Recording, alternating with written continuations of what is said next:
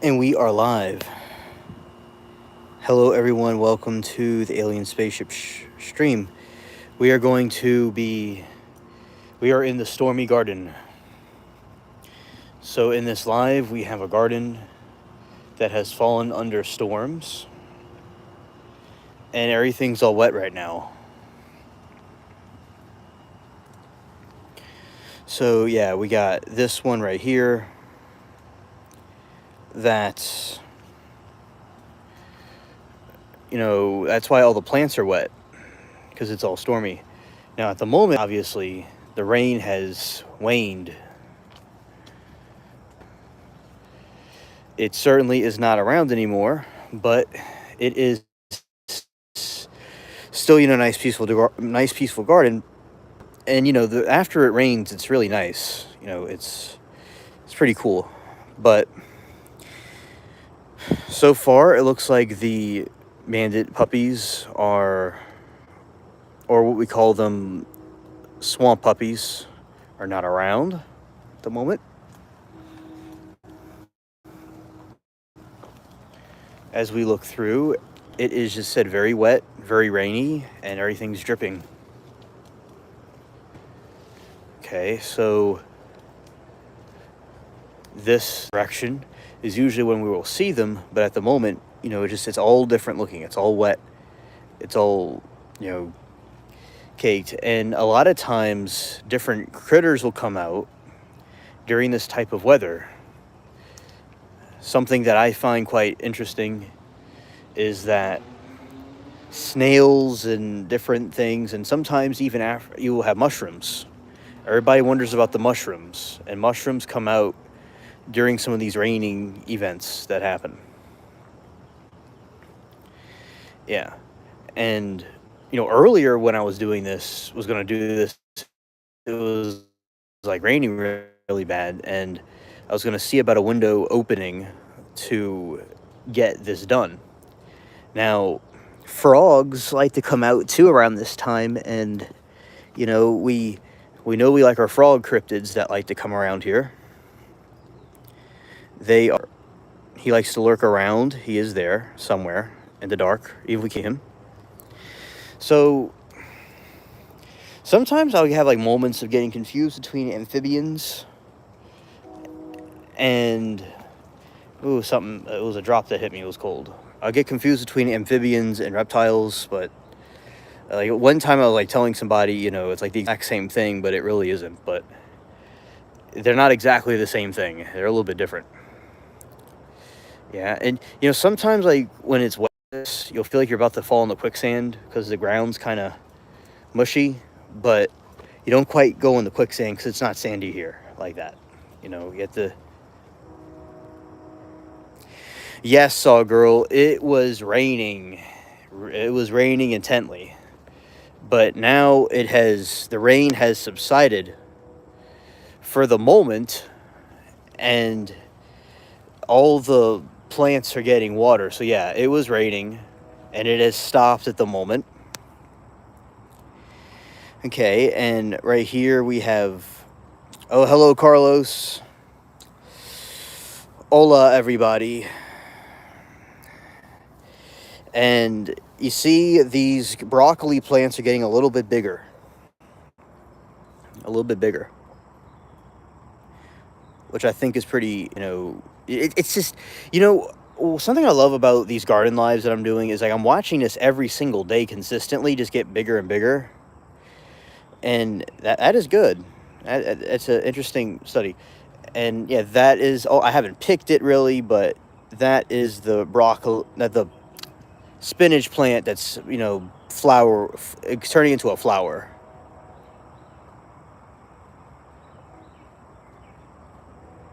Okay, so girl, drink your coffee, and as we go through the garden tour. Yes, absolutely it is, and you're welcome. So, yeah, in, these types of swamps, it'll be, you see, what I have on right now is a sailor's hat at the moment, because whenever it kind of rains or something drops my head, it'll just kind of be like a, what you would call what's the word? Like a gutter, and the water just kind of slide off my head. But yeah, so it's really a pirate hat technically, but well, really in technical terms, it's a sailor's hat, but it's also that a pirate hat. But yeah, now, yeah, that's why there's lots of crickets. That's why there's lots of crickets. Yeah, thank you, Carlos and Sawgirl. I appreciate it. Yeah, these garden lives, people really do enjoy them, and the ground is very slippery, and yes, Carlos, the raccoons, Claude, and Bubbles. Yeah, Bubbles is the inside cat, but he has a brother outside, because sometimes in the streams we'll see a white cat, and the white cat is the brother of Bubbles. Bubbles' brother.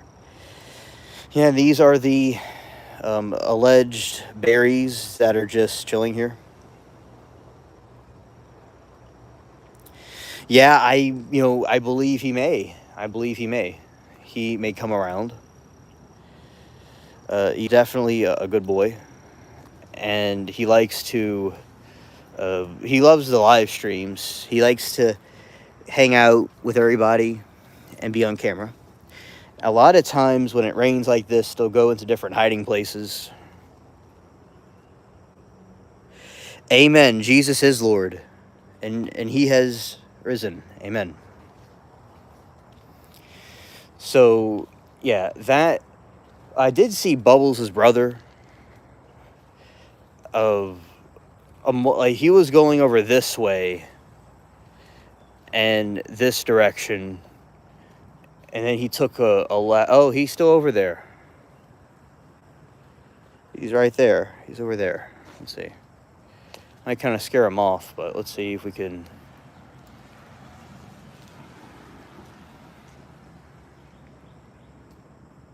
There he is.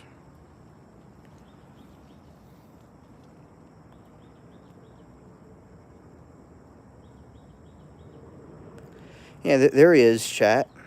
There he is.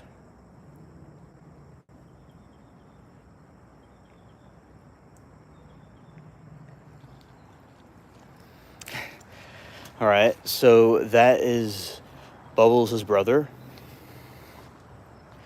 Right there. Yes, yeah, exactly. And going this way to see if Claude is around. He wants to come out. This is where his houses are. He goes and sleeps in there sometimes. Let's see. It is dripping. It's very wet from the rain. It makes everything all slushy. So he's around here somewhere. He might come out. He's in this region usually. Okay. And even if he's inside one of those places, he will, pop out from the open. All right. So, a lot of times in this type of... Yes, yeah, it's ultimate rain, yeah. Some parts don't rain at all, and this place will completely turn into a rainforest. And there's like what's called a canopy. That's why there's no grass here besides me pacing or walking through it, is because the terrain will become like a canopy. There's different spots before they put more houses around the area where it would be completely a swampy jungle. And I used to always go back here, but see, this used to always be just grass. But when they put more houses in the back part, I decided I wanted to bring the swamp, here, so I allowed some of the greenery to grow.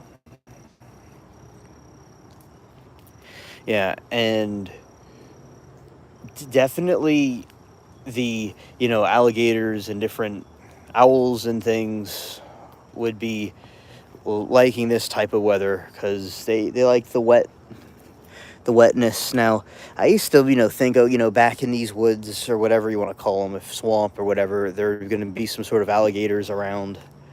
But, we're not in that type of area. They're close by me, but they're not like right here. Or at least I've never known of anything coming this far out. It would have to go through a couple of different hoops to get to this part. But, I mean, anything's possible. But,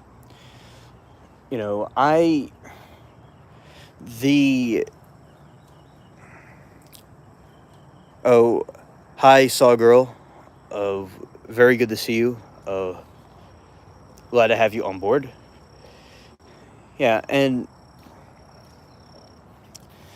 there are UFO sightings sometimes in swamps. Hello, David. The chronic mechanic chronological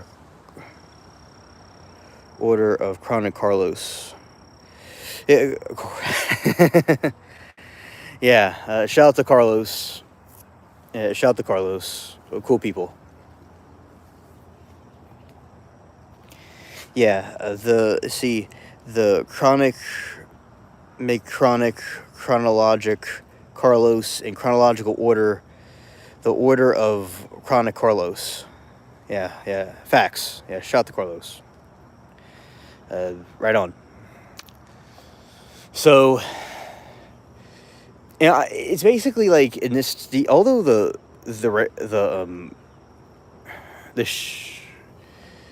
skinwalkers wouldn't be in this type of region, but you could imagine like a skinwalker type thing just gonna pop out of nowhere somewhere. Like, it's definitely a perfect setting for that. But no, it's just when it's swampy and it's like when it rains like this, it adds to the mystery of this place. Like, that's what the point is that when it gets like this, it's just, you could have all kinds of different things come out that you don't know about. It just to me, it always added to mystery about it.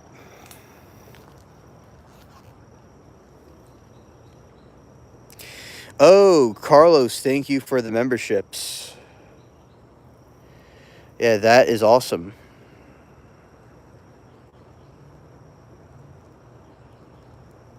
Oh, nice. Nice that you gave them the memberships. Yeah, shout out to all of them.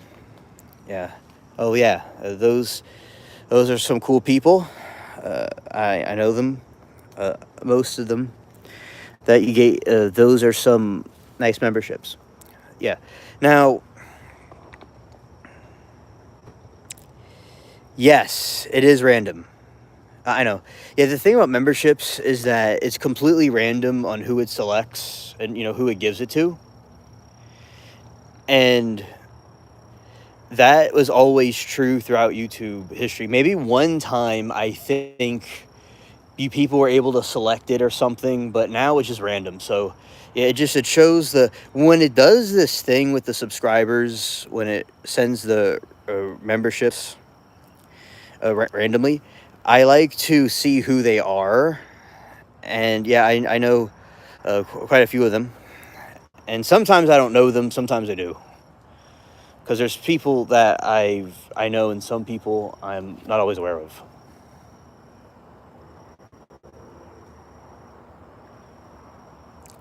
Yeah. Let's see, Pammy and Virginia are active. I know some dude. I know him. I've not seen him on the streams before though, but he's cool people. And Jake, I don't think I've seen him in a long time. But yeah, and the other one, Scratch. I don't know if chatted with him, but still cool people. They're still all subs, on the channel. But yeah, So they are like the people that you selected are mostly active on the channel. So that's awesome. Yeah. And like see my channel, by the way, if it was gifted, it would never be gifted a membership because it's a brand account and they're not allowed to be gifted a membership. But the regular kind of YouTube channels can be gifted a membership. That's something that I learned when I was looking into it, because I never got gifted a membership ever. And I was like, but yeah, they're saying like the type of account that I have doesn't get it. But it's okay. It has benefits in other ways, the account I have. And it would be cool if they had a way to select people to gift a membership to, or if they had a feature available like that. But it's all good, though. It's the way it is. I like the random ones because I could see who they are or what they are. Yeah, and I first saw it a couple of years ago. I told y'all there's something lurking around. Yep, I knew it. During this type of weather, things come out. I don't always know what they are. You see, there's eyes right there. Yep, I knew it. I told y'all. They always come out, whatever they are. I'm scared.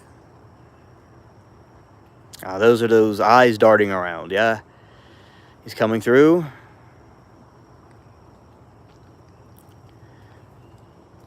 Yeah, and it's always after it rains. Oh, hello, Brig. Yeah, there's eyes. Not right now, but there's eyes, like these glowing eyes that will pop out of nowhere. Like in the darkness, you'll see like glowing eyes. Yeah, shout out to Commander. Commander, I put the raccoon clawed emojis in there as requested.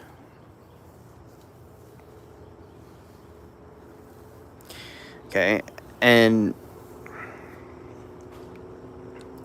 yeah, he must have went over in this other direction. That's where he went.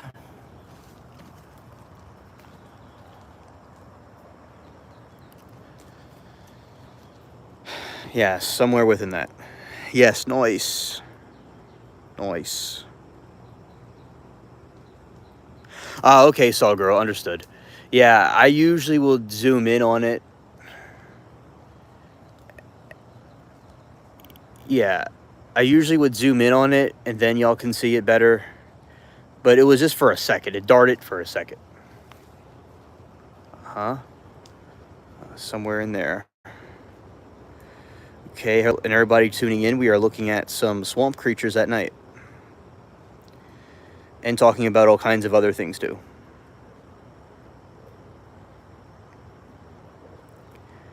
Okay, and see how slow I could walk where you don't even hear me? Of course I'm talking, so people or whatever can hear me, but you can't really hear me walking.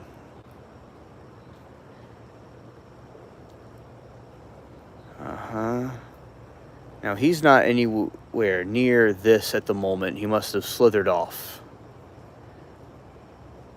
Right. But he was here moments ago. So, a lot of these animals will go and be in packs. They'll develop in little packs, in little groups of 3 or 2, and they'll go and scavenge. A lot of times, some of them will dig in the ground, and they're looking for types of worms. And they seem to love to feast on the worms. But they catch other things, too. Because you'll wake up in the morning, and there will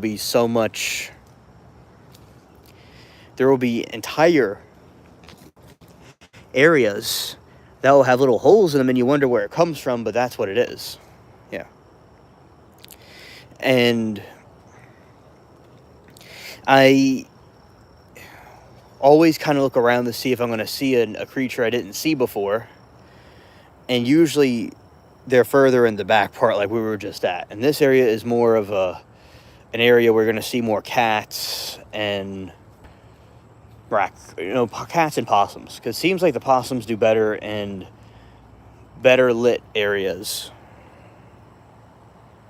Hello, Gray. Welcome to the stream. Okay, what animals? I'm talking about, most of the time it'll be swamp puppies, or what we really called a raccoon. Yeah, raccoons. And another thing, sometimes there's rabbits, but that one is a bit more rare. But the raccoons usually, and anything else. I mean, there could be other things too, but that's all that one. Possums are more better lit areas where like the cats are. This area is going to be where you're going to find more of those. Well, we also call them banded puppies, but some people thought it was abandoned puppies, so we just went with swamp puppies. But yeah, bandit puppies too. That's what one of the folks calls them, and that's what Abby was calling them, and we adapted it. All right, so yeah, they could be very vicious, and they could be vicious to themselves a lot of times. Oh yeah. I've never cornered one before. Actually around me, the raccoons around me really like me, and to get close. One time during one of the streams, one of them got really close and stood up, and they seem to like me a lot. But yeah, I would think the cornered ones would be triggered. And sometimes the raccoons could fight each other pretty harshly. And they could start hissing. I mean, not hissing, but they could start growling and making their noises. They make some very strange noises. Especially in the middle of the night when you hear them start screaming at each other. Sounds like demons. I once saw a honey badger that had torn itself to pieces at the Africa safari as a kid. Wow, that is messed up.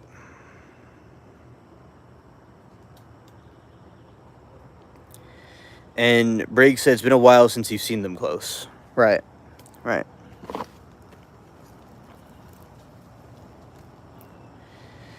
And yeah, sounds like demonic yells. Right.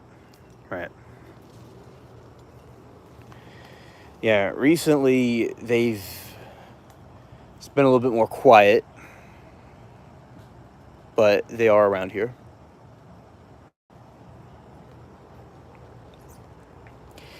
And Gray, that is some wild stuff to see. I don't. Why did it tear itself to pieces? I'm not familiar with them, but that is a wild thing to see in a safari. One night I heard it and it was hella scared until I figured out what it was. Yeah, dude. I mean, I've heard them. Like, I'm like out here by myself sometimes when I'm not like. Well, before I did these live streams, I would just be walking around like this by myself, and I would hear them. And I didn't even know what there were. One time I didn't even know what it was, and I got a little bit spooked, but I always kept my calm. But no, it was just the raccoons chasing each other. Scared. Yeah, definitely. So yeah, and this area is more of an area where, lower grasslands, and even to this point, it's even less. It's more well lit. And the other animals like to to dwell more in this other direction, back in this way.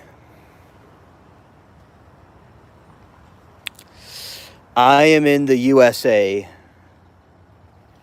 in the south part.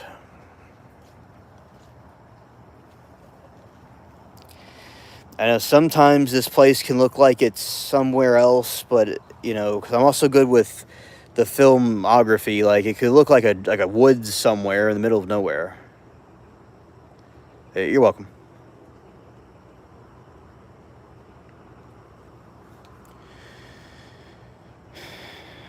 And yeah, that is, this way around, all around, is, like point this camera, right? And it could look like I'm somewhere in the middle of nowhere, but then again, I'm good with the type of scenery and filming it to look a certain way. Now, this is the elderberry tree, and it is growing nicely. And you see, that's why they're glowing, because it rained very hard and turns into like a rainforest.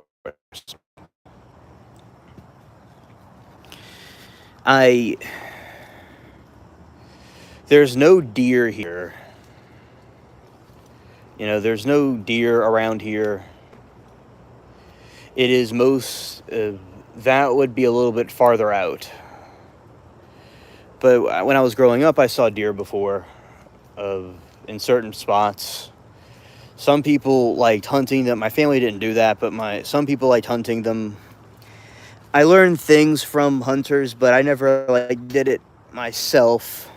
But I know things about it. Yeah, I agree. It is sad.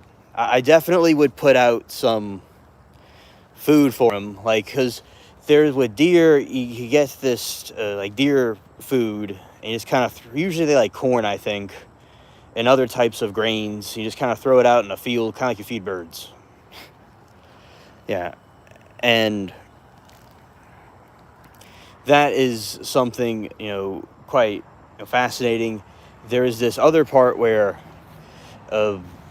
there is these signs I remember that they would have where no hunting deer here, because people didn't want them hunted in certain properties. Oh, okay, that's interesting, Gray. That's interesting. And you definitely would have an idea about the outdoors and stuff. I'm sure it was a fun sport for you. And yeah, I remember, so basically I'm doing a similar thing without the... Oh, it's been 40 years. Okay, gotcha. Yeah. I'm basically doing a similar thing without the hunting part. And, it's just like this time of night. And, I was able to walk where people can't even hear me walking. And it's a trait you would have to have in those types of situations. And, kind of like a post. Oh, that's cool, Gray. That's cool. I'm sure it was probably profitable, I suppose. I don't know how much y'all made from that, but that sounds pretty cool. And I have never eaten deer before, but I've heard it tastes like, jerk. There's something called deer jerky, but it's kind of more wild tasting than the other type of meats in the grocery store. Vention, because I have friends on the channel right now that do active deer hunting. That live self-reliant off the land. So I've heard some takes about the taste of it. I've never personally tried it. I've heard there's stuff that it could be. Let's see, and that'd be sweet if you got night vision. It's kind of cheap on Amazon, like monoscope binoculars. Hey, that's a good idea, Carlos. And I certainly would do that. It's something I could look up and get into. Yeah, I'd like that. And I could even set up night cams and do like a stream of like this area, like a 24/7 stream of this place with like a woods camera. That'd be pretty cool. Hey, boss. Good morning. Yes, yes. And let's see. Vention is incredibly different. Need to be meat lover though. Ah, yeah, yeah, yeah. Definitely a meat lover. Definitely meat lovers. And yeah, I get it. And I wouldn't mind eating it, like eating meat and stuff like that. So where there used to be lots of skunks, but eventually they hunted them down and they sold them for their pelts. That's what they did.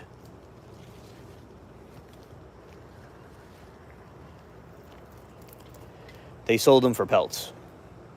Now, the other day, you see a brig. Sometimes the raccoons come on here, and you may not always have been present when they were here because they were here recently, but we'll have you see them again. Oh, you had a pet skunk. I don't know how having a pet skunk would work exactly because I think it can, spray you and cause a problem, but that is pretty cool. I don't know how that like worked out, but that's interesting to hear about.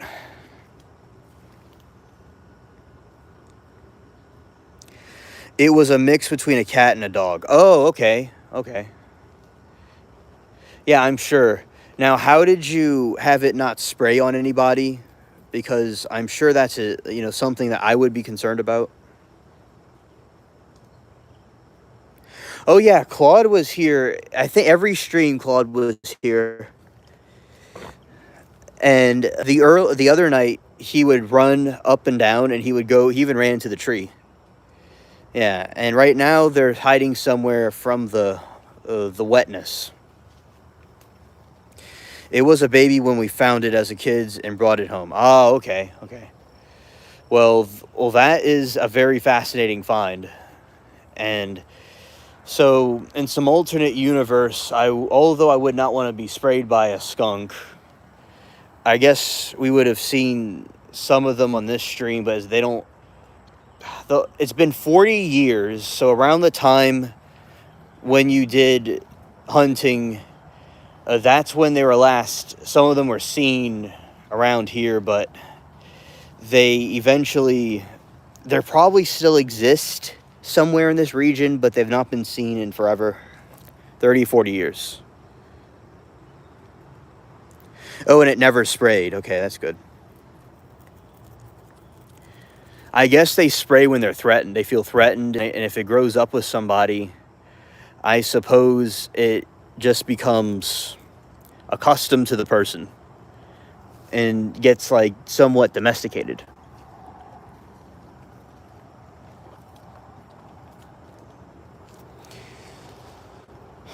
A lot of times things will come out during this types of weather. Sometimes they like to stay in their burrows somewhere and hide safely.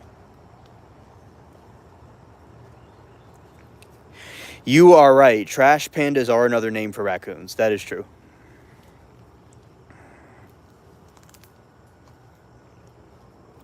Yeah, one time we had them over here and they were digging at night, and the chat was calling them trash pandas. I was like, oh, that's funny. That's a good one.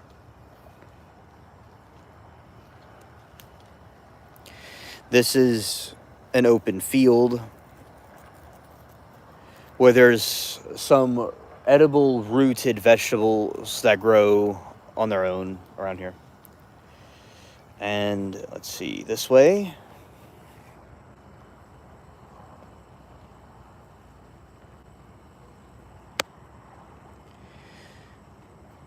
What is the scariest animal you could encounter right now? Like a brown recluse?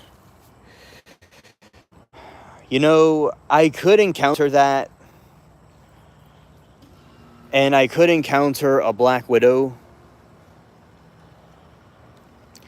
but so those are two: a black widow, a spider, or a brown recluse is possible, like in some of these trees. Okay, a brown recluse is this brown spider that's very small, and it kind of has like a violin shape to it when it's laying on something. Like if it was laying on a branch, or, laying on this, it would have like a violin shape. And it could bite you, and it would make you very sick. It could make you possibly sick. My grandpa was he was doing a roof for university, and he was in their attic, and he got bit by one. Yeah.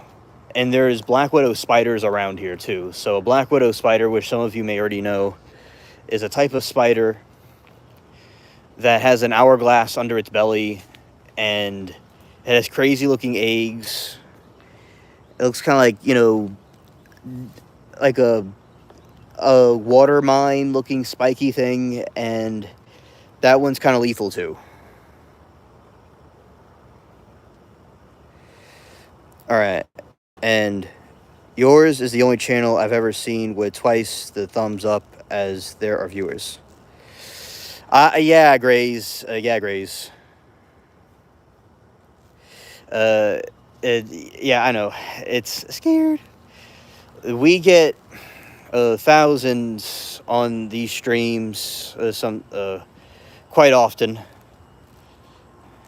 and sometimes I feel the viewers and the viewer number is not always accurate. But yeah, scared. Yeah, Sawgirl. Yeah, that is the most logical explanation. If there's people that have the lower viewers than the other thing, yeah, maybe they hit the like button and went to something else. Yeah, like people that are regulars, lurkers, etc. That's true, Sawgirl. Let's see. Hourglass shape is red and a black widow on the belly. Yes. Now, I can encounter... See, there's also snakes here.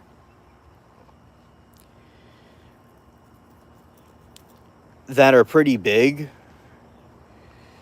But when you have the snake in here...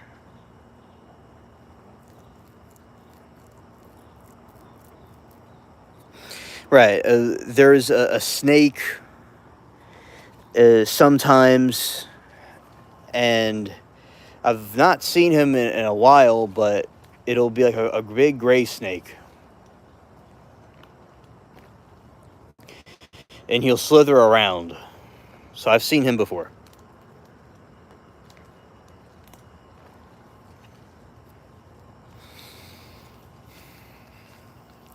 That is quite fascinating with those creatures. So that's another thing that couldn't be encountered, and I'm sure there's some unknown spider, or I know there's a spider or creature I can encounter that maybe I don't even know about, that might be even in here. So I'm sure there's like an undiscovered species. Okay, so do you ever wear ankle guards? Hilarious, Diamond, and welcome to the stream, Diamond. And yeah, I don't wear any ankle guards. No, I'm not even really familiar what that is exactly. I probably should wear that, but I don't know what it is. So you could explain what that is. I just kind of go through this as I go through.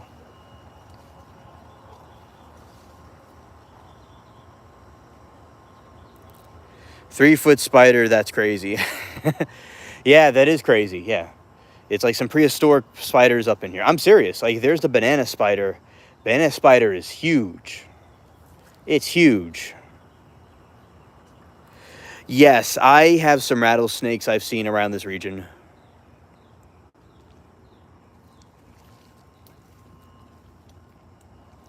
Yeah, I've seen those. Like, I'm saying, like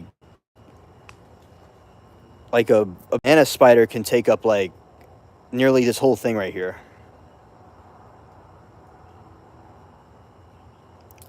Yeah, when I was little, I walked in there and I saw a banana spider, and I was like, I couldn't believe that was even real. I was like, wow, that's crazy.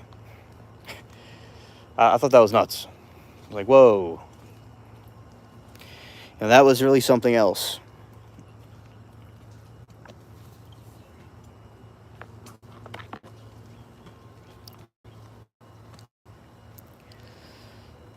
Yeah, I saw a video of one banana spider and fought a bird. Yeah, I'm sure it did fight a bird. I'm sure it did fight a bird. You know, those things could be really terrifying looking. I don't know if they're really that venomous, but they really can be frightening indeed. Yes, Australia has some really big spiders. Australia's spiders are very huge, and their different creatures they have there are, huge as well. They can, everything there is like prehistoric. The prehistoric ones, I think, are really out of this world. Yeah, they have some big spiders and they have some big other animals too, and creatures that are just unimaginable.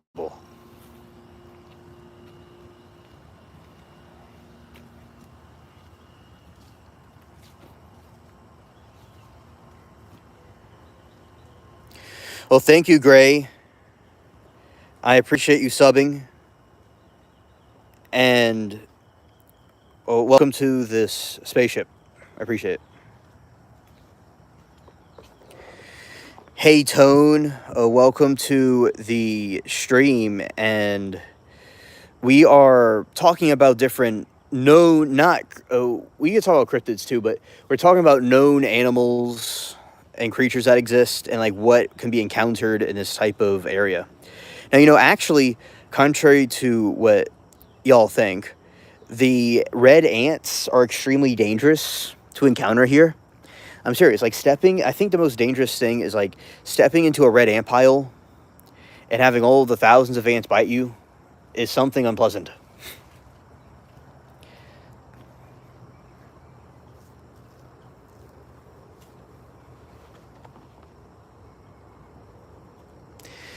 Oh, I will do that, Gray. I will do that.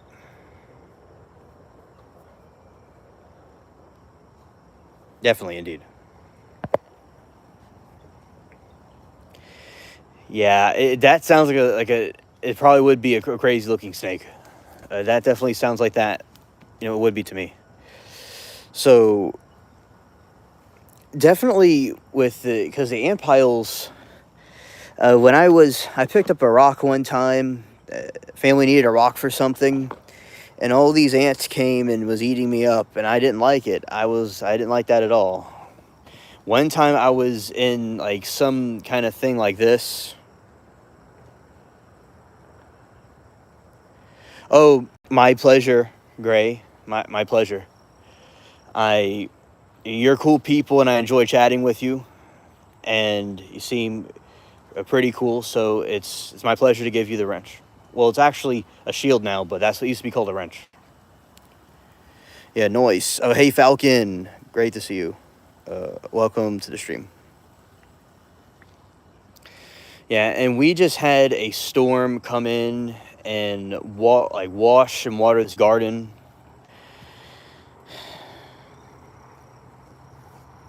It was quite intense, and the crickets and everything is glad to be hearing this.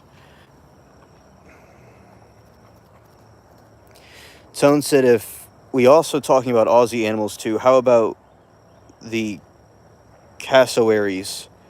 Those birds are like modern day dinosaurs. Yes, I agree. That's why I'm saying that they're like prehistoric, because they have these certain type of animals and these birds and things that are just supernatural looking. And I do agree with you with that, because it seems that the dinosaurs and the birds were related somehow, and it could be a ancestor, that didn't get wiped out. Definitely, like noise, yes. And Gray said, I watched a movie, one where ants surrounded a house. It was wild. Fire ants are evil. Yeah, yeah. The ants, as I said, the most dangerous things was an ant and a caterpillar. Oh, I forgot to mention the wasps. Falcon, I've seen the bullet ants before, and there's like a ritual that people can do, or that they do in some other places, where they put their hand inside a glove of the bullet ant as like a test, and to like test their like resilience. Some tribes will do that, and the bullet ant is really lethal. Oh, okay, yeah, Google the bullet ant. Yeah, so the bullet ants, they're like, I think, the most lethal ants in the world. And, they'll test each other by getting the poisoned ants. Yeah. You saw that too, Carlos? Yeah. I think with those ants, they can be extremely deadly. It's even like if the red ant itself is bad. So the other thing is like a million times worse, you know, than the red ants. So yeah, the bullet ants are definitely quite ruthless and insane, and those tribal people are very resilient and brave to want to fool with them. Mm-hmm. Yeah, another thing that happened at one time when I was walking through here, it was by this tree. Actually, I was pulling some weeds from the tree, and an ant, no, a wasp came out of the ground and stung me in my ankle, and went back into a little hole in the ground. I felt roasted, really, honestly, because bro was like, I'm like, there's no wasps or anything around here. I'll be fine. And one bro comes from underground. Dude was like, not so fast. Not so fast. I got this. And he went, bam.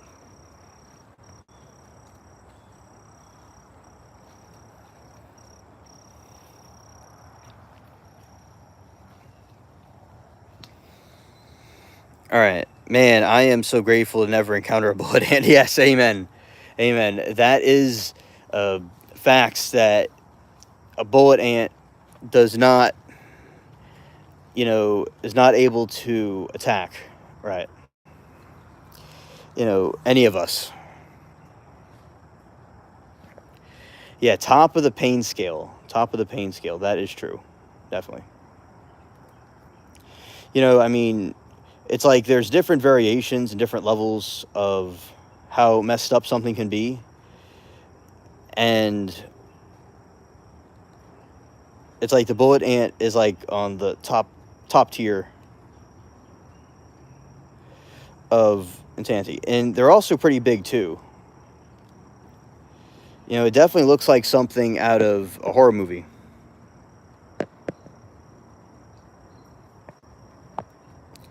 Yes, Saw Girl, this is a vine branch. Right here. These are a series of vines that are growing up this tree.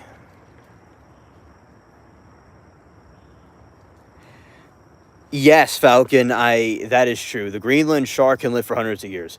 That is correct. And there's also some tortoises. Yeah. See, these are all a bunch of vines.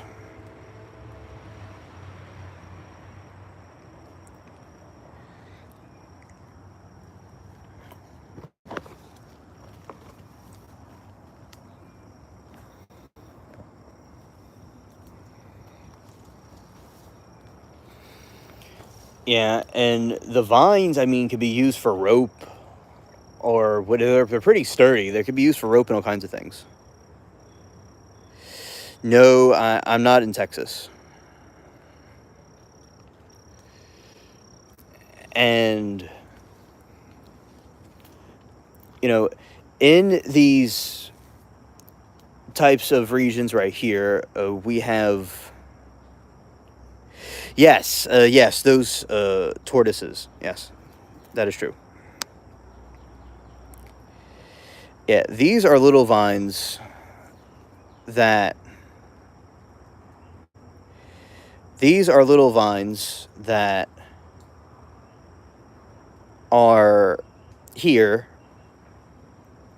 and they're quite iconic looking. They're quite iconic. They like to grow, and they could reach, different other vines too.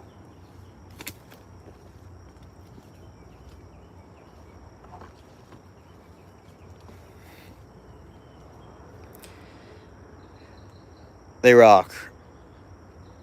The movie Saw It. Okay, yeah. There is a 1955 called Tarantula. When I was a kid, it used to creep me out. It was a giant tarantula invading the town.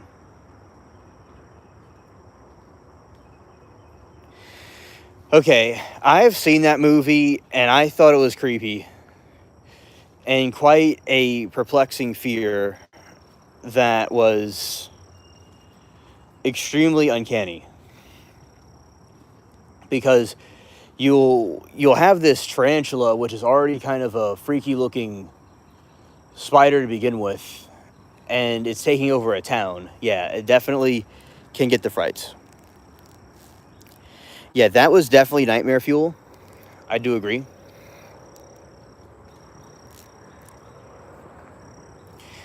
And when you have these things that cause the nightmare fuel, it will have lots of problems with, various factions, and because, the mind already being uncertain about the spiders is going to associate with that and get even worse. Sawgirl said tarantulas are supposed to be harmless too. They look fierce. Yeah, tarantulas are completely harmless, and people have them as pets a lot of times or use them in science projects.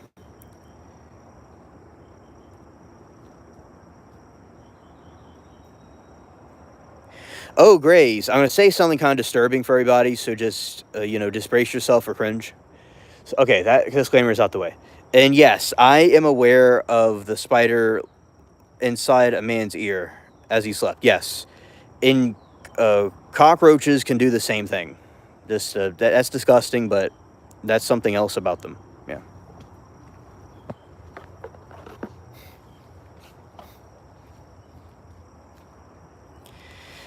And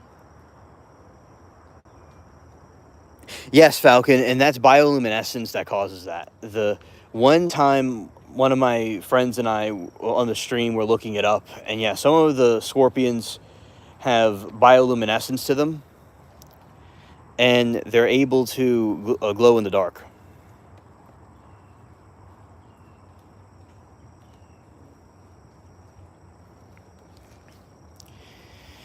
Oh yeah, Sawgirl. Apparently, it allegedly is true, but it doesn't mean that anybody is in really any kind of danger of it, though. It's rare. Okay, if it is true, it's rare.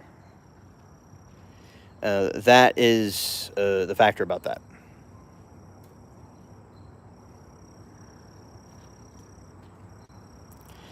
Right, and Tone says, those wasps are mean.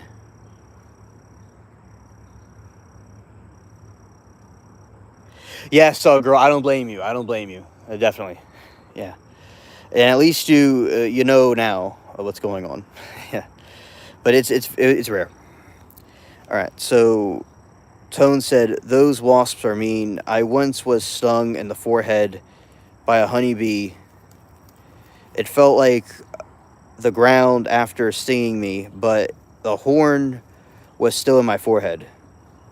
Yikes.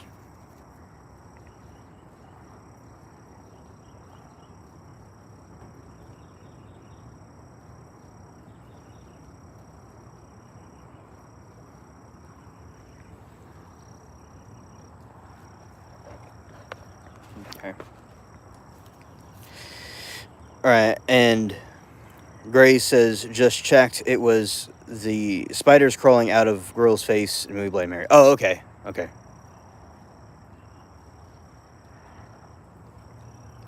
Yeah. So they could make some pretty eerie horror movie scenes out of a lot of those things.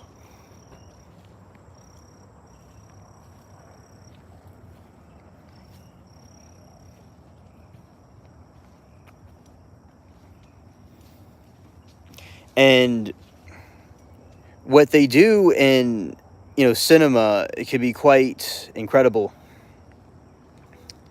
But yeah, that's what a lot of these creatures can do.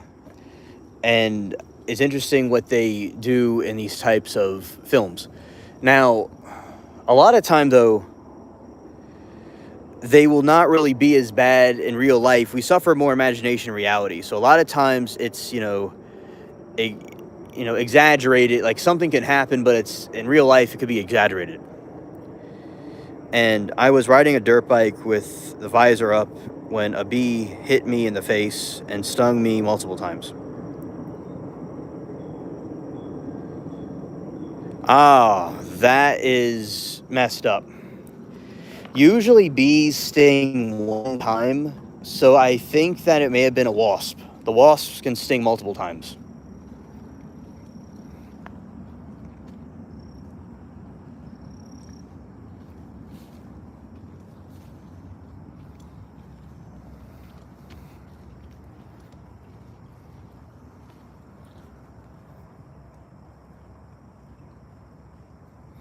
It was a yellow jacket. Yeah, yeah, yeah. Yeah, that'll do it. That's messed up, dude. Uh, I would hate to happen if that happened to me. That sucks. Look at here. There he is. He's right there, Brig. We found him. Hello, buddy. It's good to see you. Yeah, you can take it. It's all right. Oh.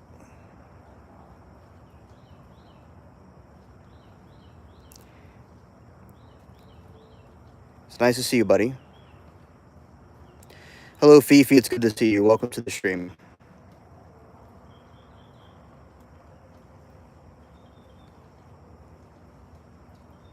Okay. Right. Right.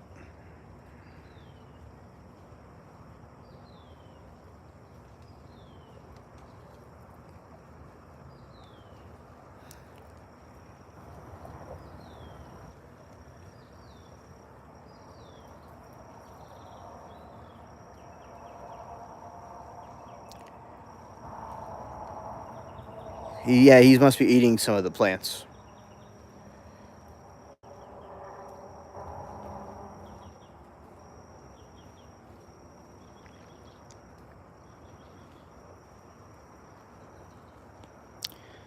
Okay, and he's going off. All right. And let's see, comments. Maybe those were the eyes we were in the beginning of the stream, right? Yeah, that's not Claude. Right. Right. Yeah, Mr. Raccoon is back. He's so cool. I've been bitten by a bee, spider, ants, especially mosquitoes really like me. Yeah, definitely. And Fifi hates raccoons. Yeah, Fifi, a lot of people don't like raccoons, and many people don't, like them too much. I understand. And you see, some of these things, Fifi, are plants that I grew, like these. So it's not uncut grass. It's just different plants that I have growing in the garden. And sometimes they grow along with these other types of plants as they expanded. Sometimes the cats like to hide in bushes and stuff, but that's usually what it has to do with different plants I grow and things that the different animals like to burrow into. Yeah. And you have all these little different plants that pop out. And well, Falcon, people have issues with raccoons. I mean, they can get in attics. And they can get in different places that can cause people problems, and they can be pretty scary too to some people. So yeah, it depends. Some people have bad experiences with them. Tone said, I always thought crickets were harmless. I would often catch them, but there was a story where a cricket got into a man's ear and was eating his ear canal and inside his... That is messed up. Wow. That is messed up.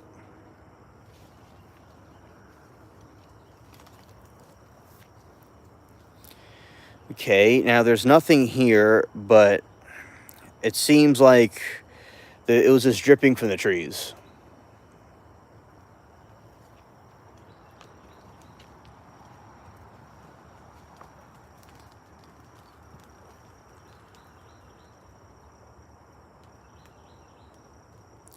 The moon is pretty much hidden by the different clouds right now. It's pretty cloudy at the moment. It's going to be raining soon again.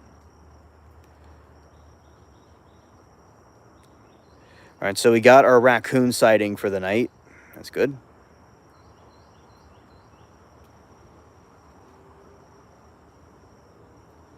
Oh, falcon. It's like a circus animal. That's very interesting. Scared.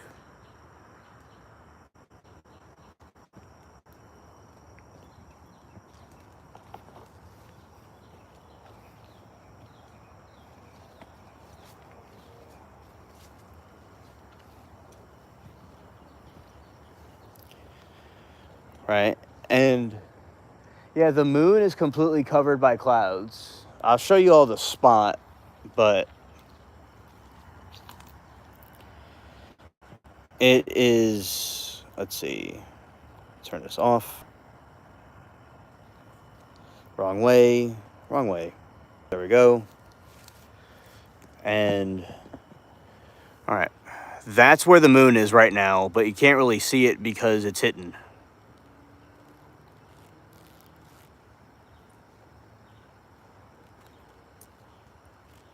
Right, it was hidden right there.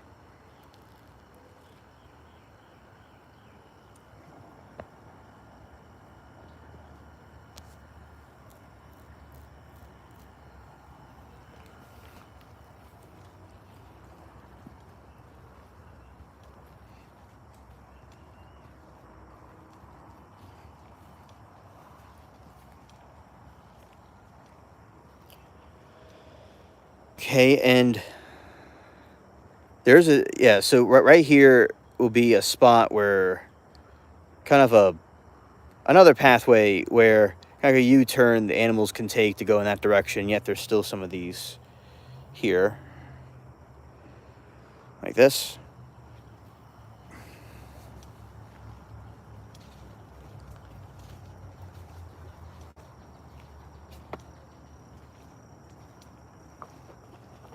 And here's another bizarre... This is kind of like a bizarre plant. Right. So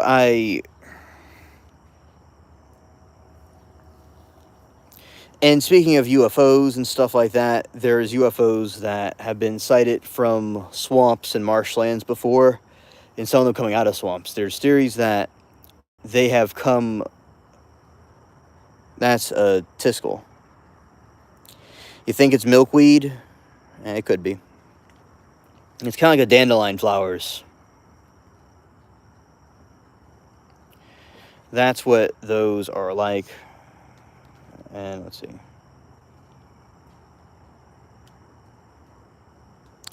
Hello, my good chum. Welcome to the stream again. Nice to have you, buddy.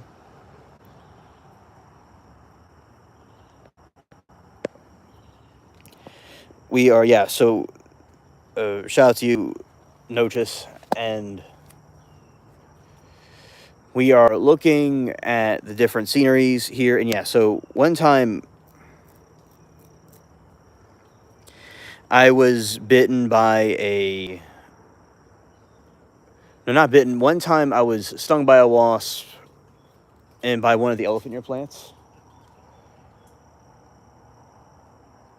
Or I think we might have a raccoon again. Yeah, and I was. The wasp came out of nowhere at nighttime under a plant and stung me. That's what it did. So, and a lot of aliens apparently look like insects. Oh, Tone, tell me, I'd like to know about that, your UAP encounter. Yeah, definitely they are out there and lurking around. So a lot of the ants and bugs look like, some of the aliens look like insects, is what I'm trying to say.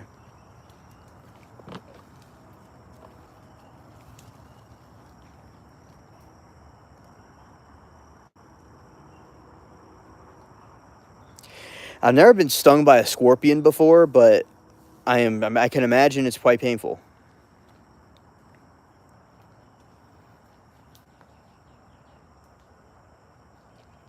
Yeah, so as I said, some of the aliens are praying mantises.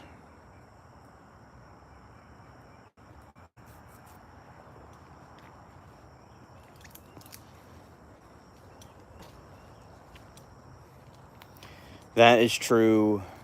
And oh, you found out both ways, right? Right. And so that is like a fun fact that some of them look like ants and like praying mantises.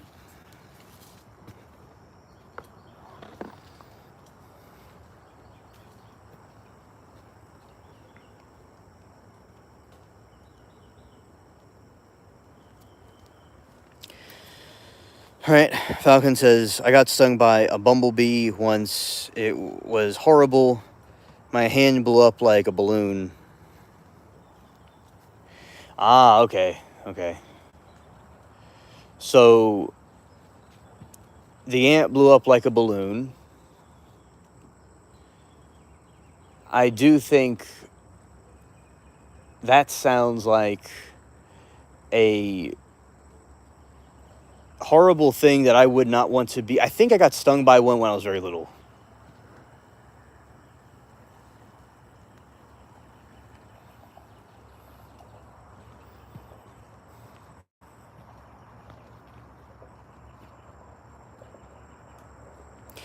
Sargo says, my daughter was stung by a scorpion once. It was scary because just had double transplant liver and kidney at my clinic in Scottsdale. I almost had a freaking heart attack. Oh my goodness.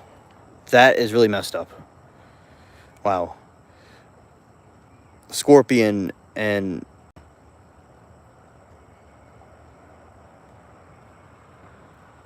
yeah, that had to be definitely heart attack fuel right there. Definitely heart attack fuel.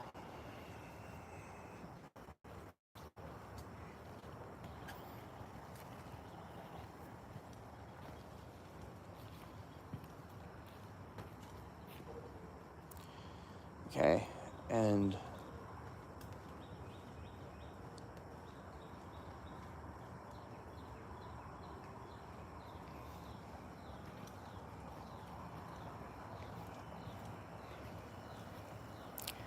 okay, and I got stung between toes and scorpion. It wasn't that bad. Okay, and Sorrow says, and she's doing great. She's 19. No transplant. It happened in 07. Yeah, that I'm glad she's okay. And that was an extremely traumatic experience, the worst case scenario to happen, really. And glad that everything's going great now. My cats love eating scorpions and centipedes. Well, I am good. It's good to know that cats can eat scorpions. That is good to know. That is very important.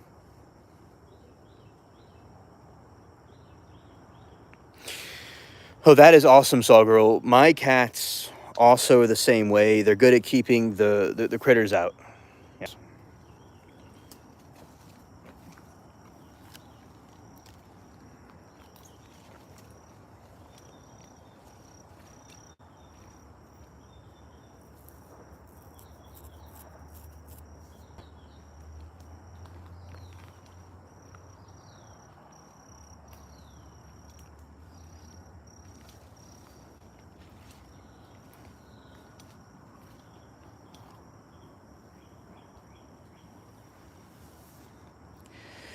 Or God is great and good. Amen. That is true. Or coming in your home. Yes. I have never been stung by a jellyfish. My son-in-law he was in a lot of pain for like a week. You know what, Saw Girl? I was stung by a jellyfish once. Yeah. So,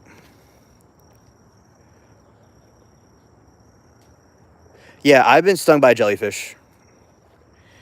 And, okay, so I was at the beach one time and I was hanging out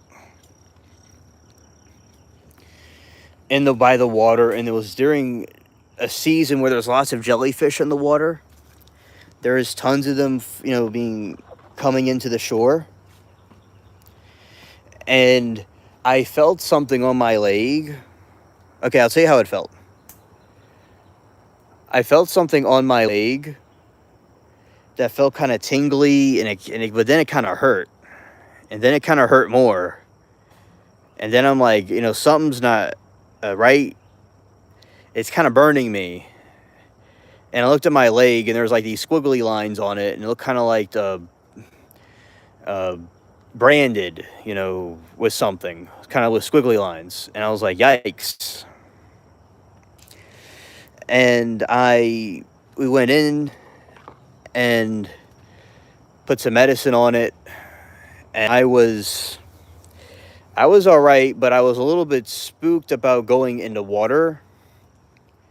I didn't really want to go in the water because I just felt like something lurking in there could sting me. Yeah, it was kind of like a party pooper.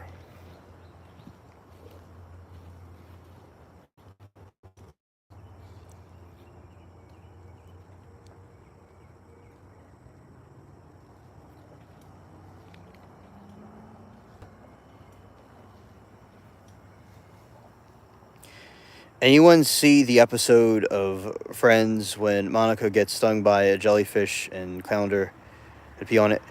Yeah, I know exactly what you're talking about. Yeah. I didn't have to. I don't remember doing that with my. I don't remember doing that with my incident.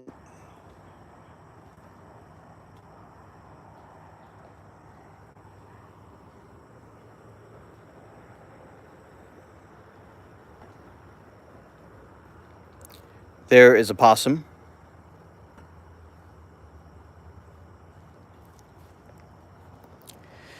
Okay, I was stung in Alabama. It was Orange Beach. That's where it happened to me.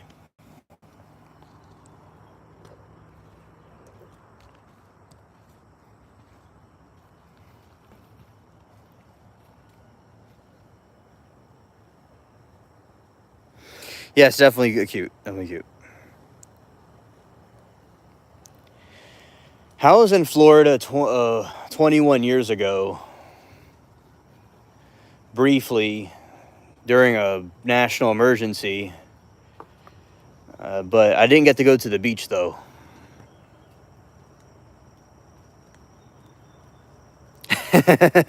Hilarious tone. Hilarious.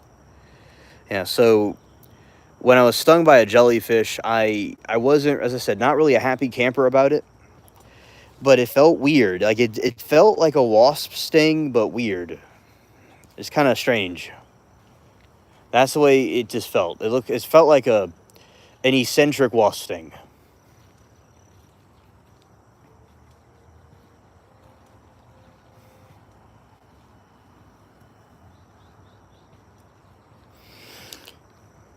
Oh, hello, Truth. And hello, Mindy. Amen, Mindy. Happy Easter, he has risen. Amen. Amen. So, Min- Mindy said, got stung by a jellyfish and Dad peed on me. Yeah, yeah. And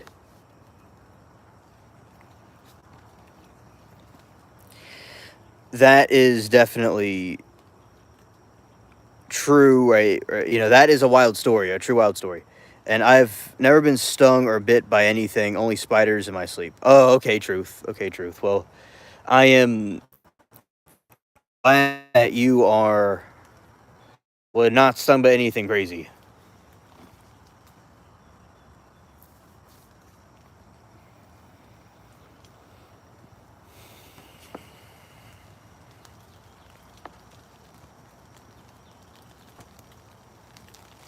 Okay, vinegar is the thing that works. I can say about the encounter with the wild animals, I have had two encounter a mountain lion while hiking in the desert. Oh, that is messed up. Wow. I am doing fine. We're having a good garden live and talking about various wildlife and experiences we've had. That is what we're speaking of now.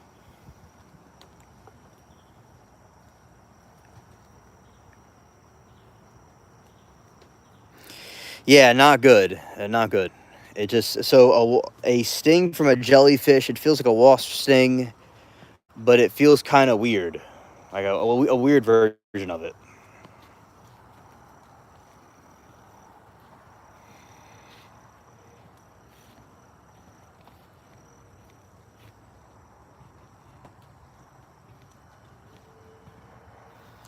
Okay.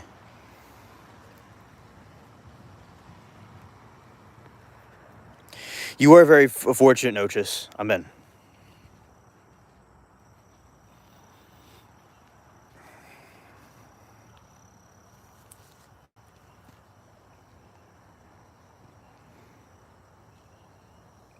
Yeah, definitely terrifying.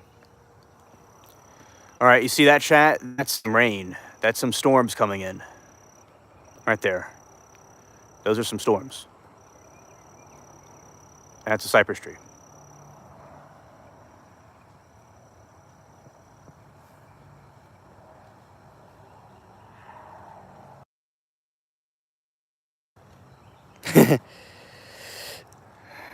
And the moon tonight, I'll show you the moon.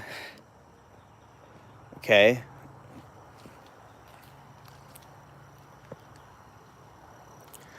The moon is right there. It's a little bit cloudy. Right there. Hilarious, Falcon. Hilarious. I was friends and good dog that let us know of the presence. Yeah, moon is gone. Right.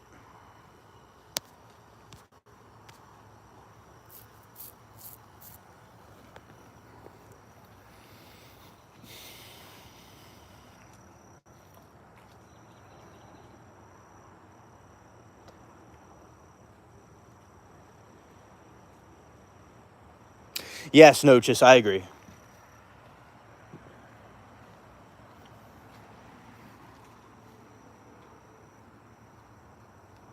All right, and take Big Dog. I know mountain lions are so beautiful in person. Yeah,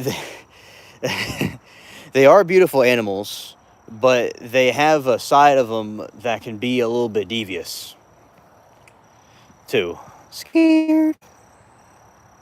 Scared.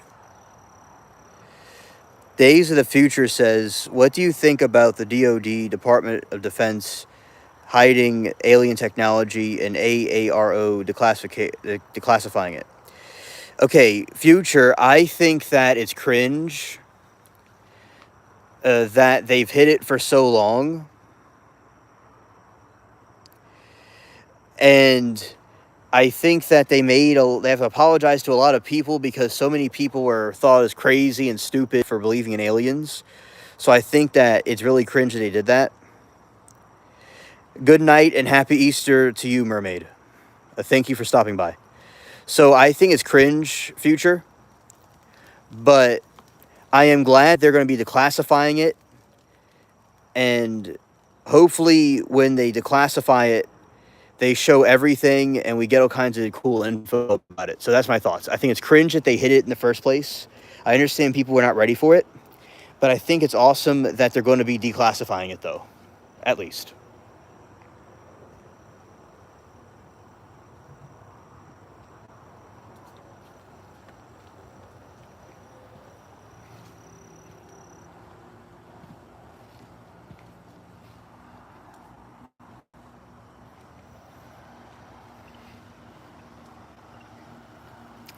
All right, and because, you know, the aliens have been concealed for so long, they've concealed so much information about them.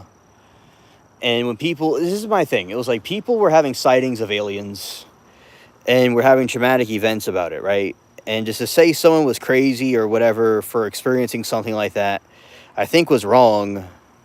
Because what if they're experiencing something that we can't explain?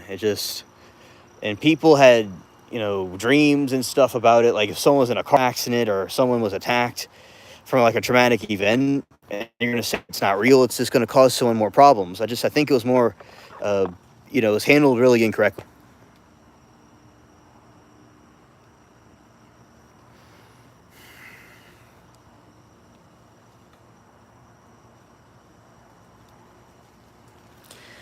Okay. Okay. All right. They already posted some pictures and files about the UAP phenomenon. Oh, okay, Days. Okay, Future. Thank you for the info about that. And humanity is going to end up losing their minds, majority. Yeah, Future. I believe that people are going to lose. I believe that people are going to lose their minds anyway when that happens. And it is going to be extremely like ground shaking, like an earthquake for everybody, because that is something that they do.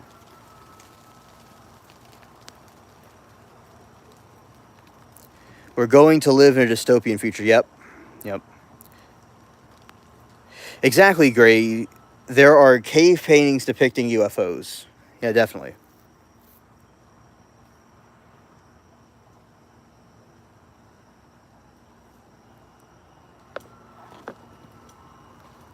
Something going on. I'm hearing something. Are they trying to square up? Let's see what they're doing. Uh-huh. I thought I heard something.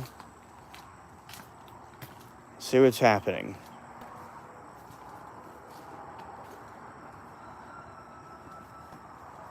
That might be roosters. That might be roosters crowing.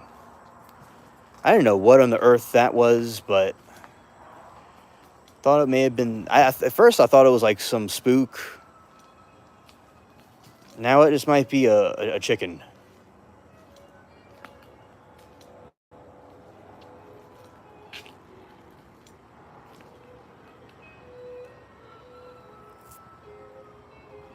Yeah, that's a chicken.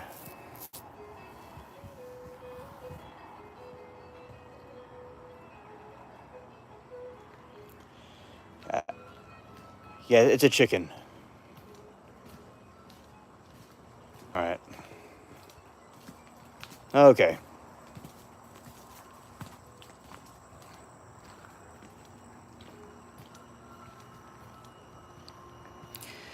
Anyway, so Thank you, Sherry. A rooster. Correct. It is a rooster crowing. Because at first I'm hearing something and I'm like, there can't be, there might be ghosts out here, but it was too far away that I wondered if the cats were trying to square up. But no, it's a rooster. As I said, thank you, Sherry. Sounded like a woman, but it keeps repeating. Right, right. Yep, that's a couple of them because there are chickens over there in that field. So when are you coming to Michigan for the meet and greet? Do a live stream on Nephilim. Oh, that is a good idea to do, Mindy. I definitely will put that on the list to come up there, and we'll do the stream about the Nephilim. Definitely do that. Absolutely. We'll do the meet and greet. Absolutely. Okay, and Tone said, I don't know, I think it would be more like Futurama, just live amongst us casually. I give it till 2050 or less. I gotcha. Yeah, we'll plan that out at some point, Mindy. And yeah, so when I was little, the chickens would do that. They would go and do their thing. Oh, there's Possum. Possum returns. The world will be looking like the War of the Worlds movie in 2005. Ah, okay, gotcha. Yeah, I remember that movie. That movie was crazy. It was quite scary.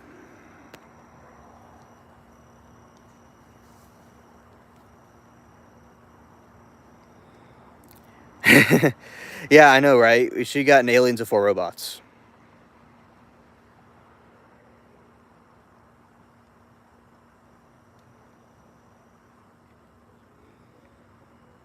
And there's a cute possum.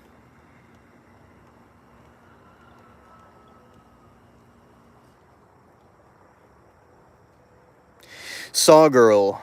I actually don't have an umbrella or a rain jacket or anything. I just kind of went out here and did my thing. Yeah, and I should have brought it, but I didn't. You see, they're eating different bugs and things. Yeah, possum. Oh, there's theories that the aliens are biological robots. Scared.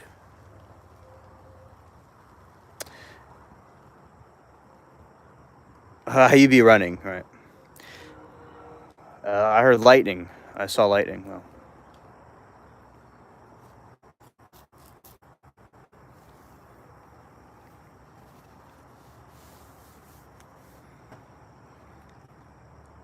he got something. Tone said that's another thing in Futurama. Robots, aliens live amongst the humans casually. We already got the robots.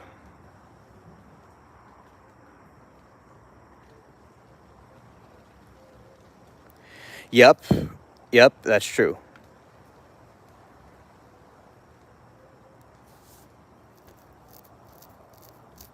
Yeah, they're good for the environment.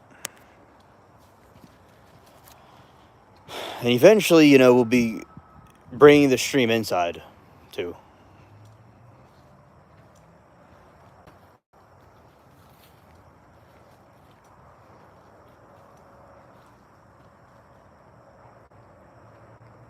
I saw a video of Katy Perry tonight. Oh, crazy, I like a reptilian. Oh, yeah, definitely. Those people in Hollywood definitely have reptilian in them. They either did something to possess themselves by them, or they became like them, or they are them. It's a couple different theories about that. Yeah.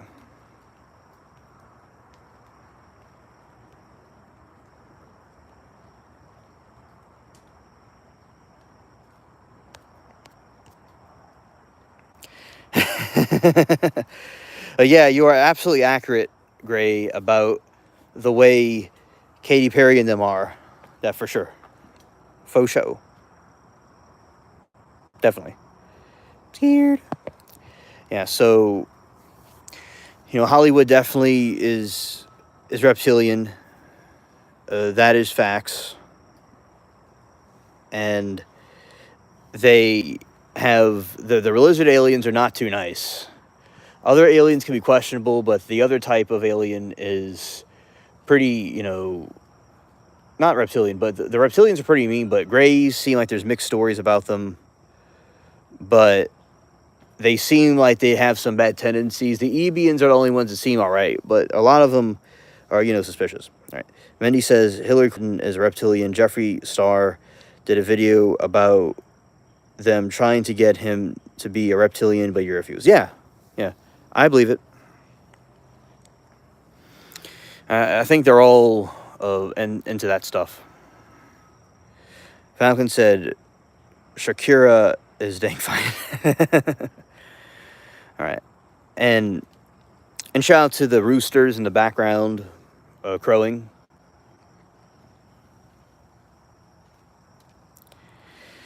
And appreciate all of you subbing, hitting the like button, etc. Appreciate it. And yeah, Falcon, she was. Yeah.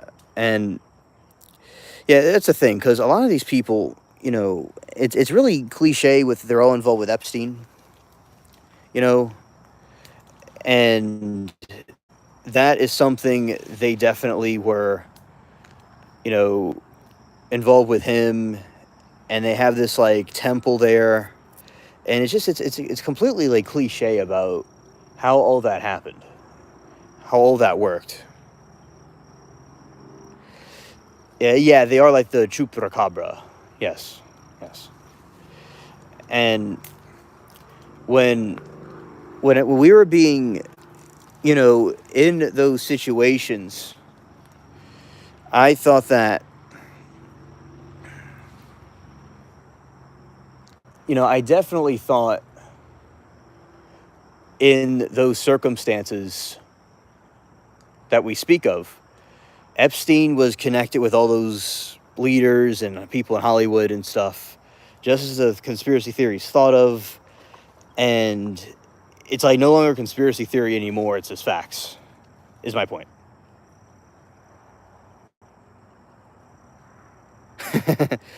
He reminds you of a toad. Rather than a reptilian, he'd be an amphibian. All right, so there's Claude right here. Okay, there's Claude.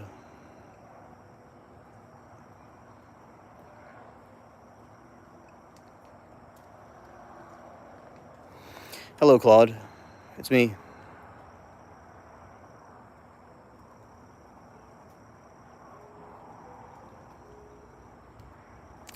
Yes, now the Claude sticker can be used.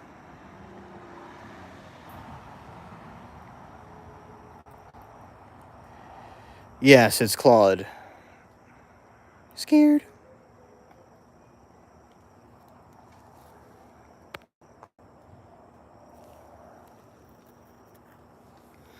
Right, right. Hello, Claude, your fans are here.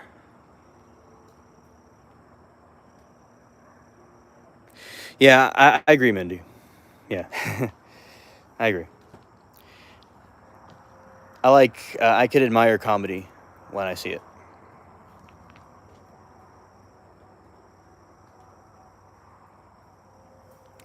Yeah, there he is. Hello, Claude.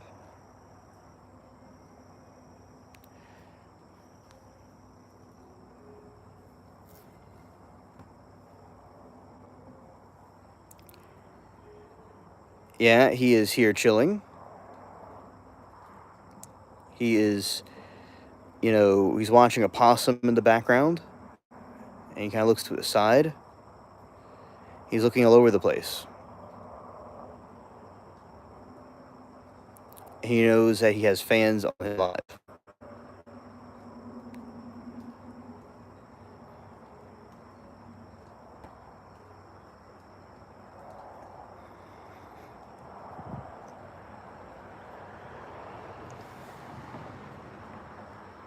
And he's yawning. Yeah. Yeah, he definitely is a funny cat. He he definitely has, these markings on him that are very similar to a leopard.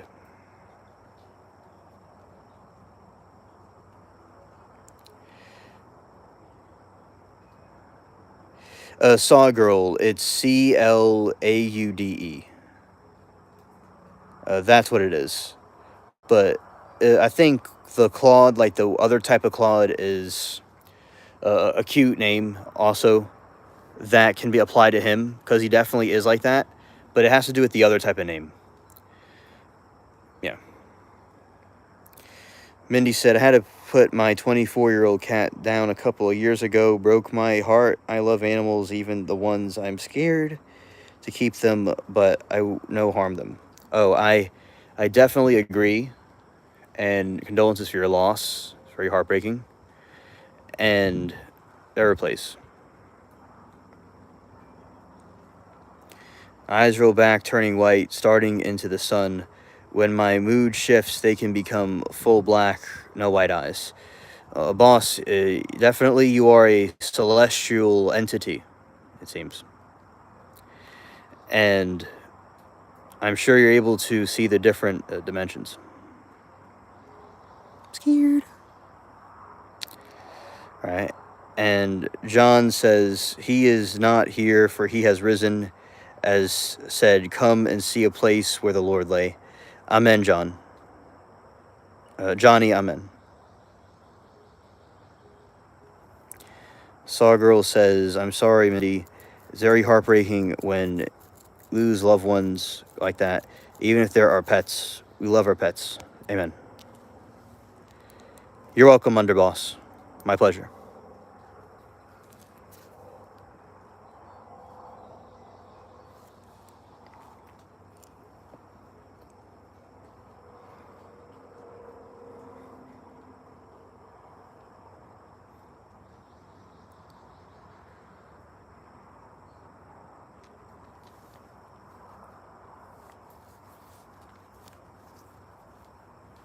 Ray said, Cat had an incredibly long, blessed youth.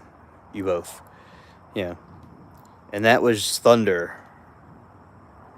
Amen notice. Yes, he did, and he has risen.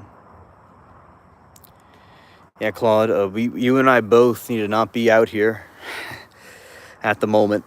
Although we're both out here, but we shouldn't be. I have 2 cats, 1 dog, 2 parakeets, 2 turtles, 1 snake. We have a zoo. 1 Bhutan quail,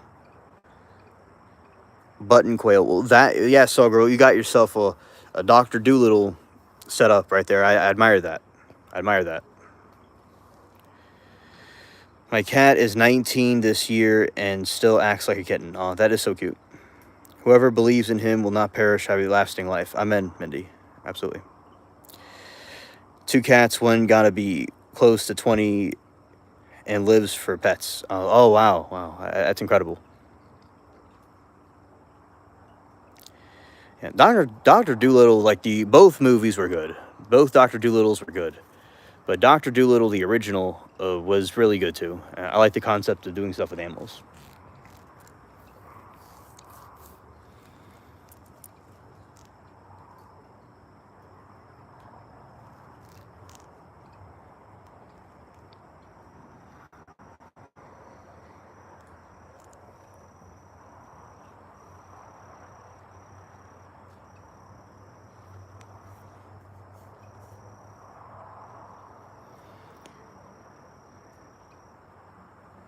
Yes, amen. Bless him and his kitty.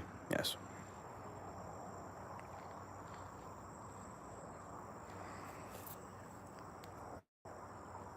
Yeah, Eddie Murphy is hilarious.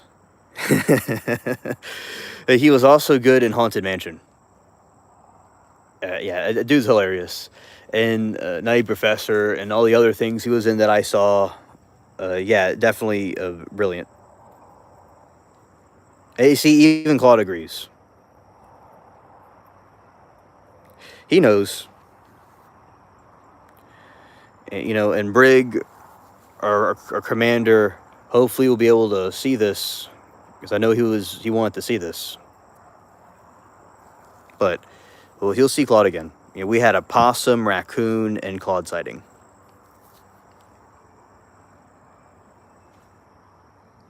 Oh, he's a sweet boy.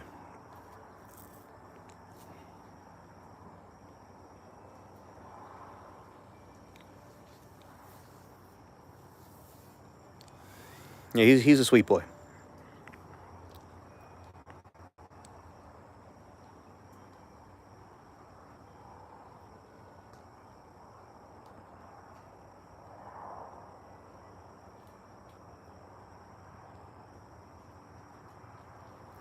Yeah, and so you know, he actually likes to attack other cats sometimes, and he'll if you pet him too much, he gets excited and starts biting and scratching in a playful way. And he's sitting there, but you know, him and I both need to get out the rain that might happen at any moment. But yeah, he is roosting, and he's glad to be here with chat.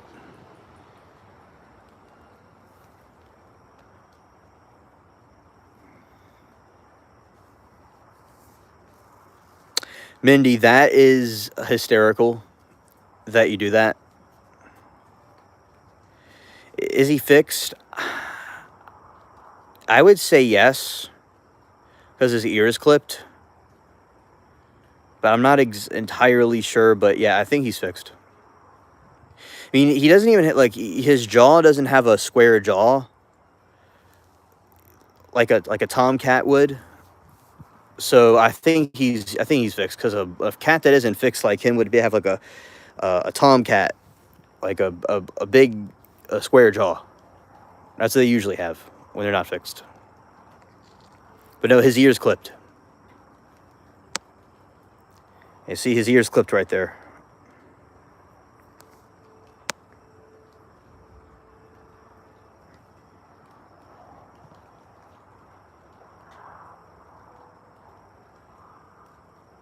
Yeah, fighter's chin.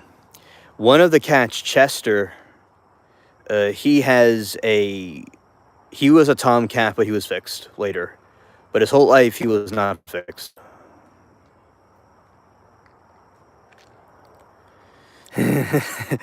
Yeah.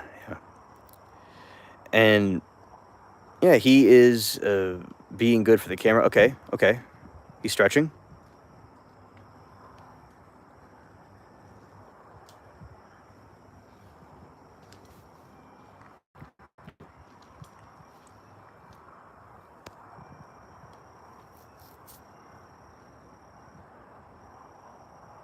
Yeah.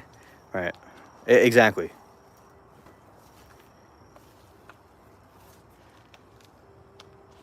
He must be getting out because of the rain.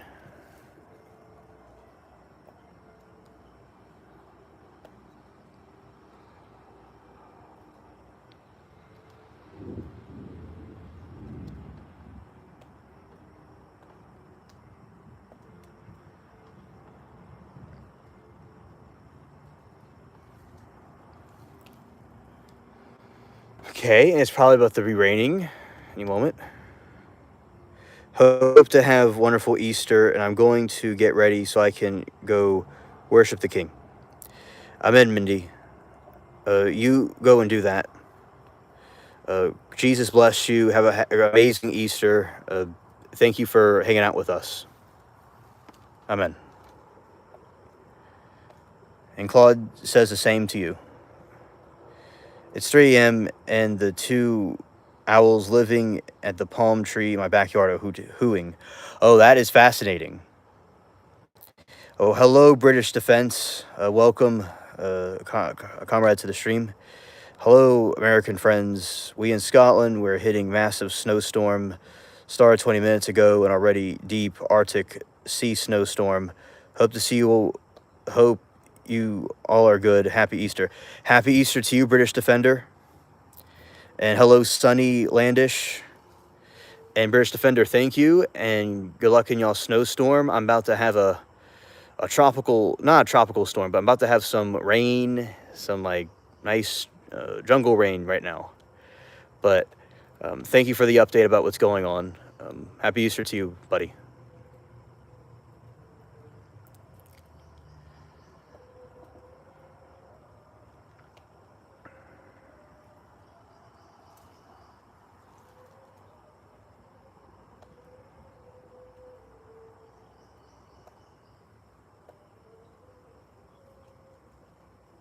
Are you stretching?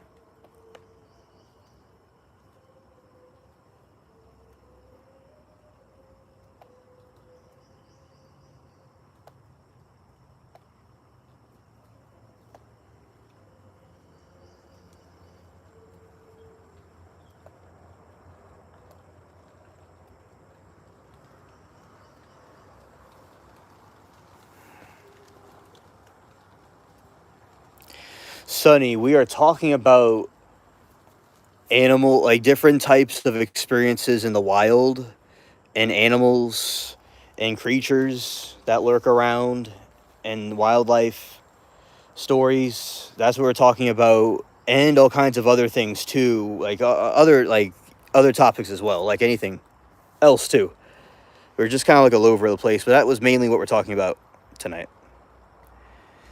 Is someone playing Halo 2 in the woods? I hear a little screen. That must be the air conditioning um, screen.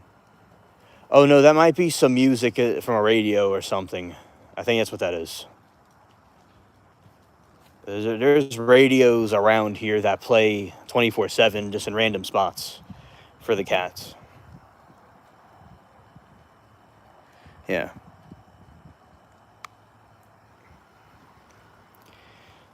I mean, sometimes this place feels like a video game. Now, it'll be raining at the moment, so I'll be bringing the stream inside and momentarily with y'all with me. And won't be any different than it is now, just you'll, kind of see me face to face. Okay, get whatever else I need. All right.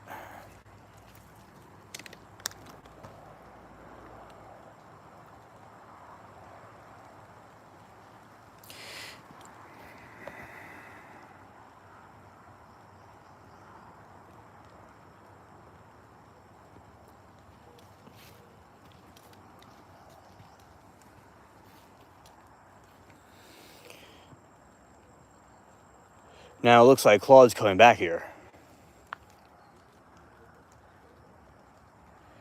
Oh, you're welcome, Carlos, but it's not ending exactly. I'm just going to change settings. Okay.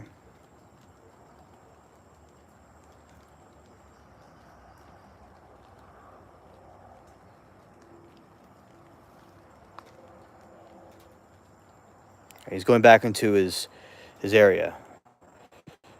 It's going to be dark for a second, but I'll be like right back with you. I'm not ending the stream.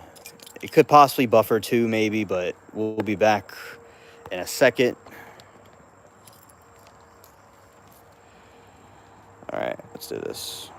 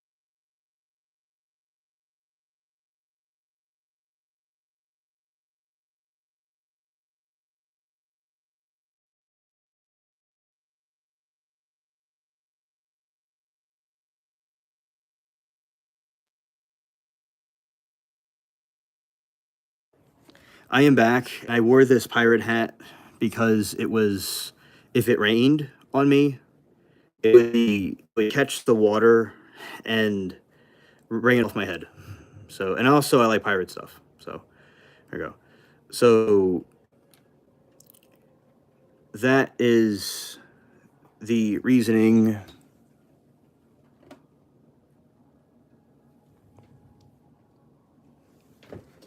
Yeah, that is the reasoning why I had this on. So anyway, yeah, so as I come inside, it is starting to rain, and I have to continue everything within here, right? So,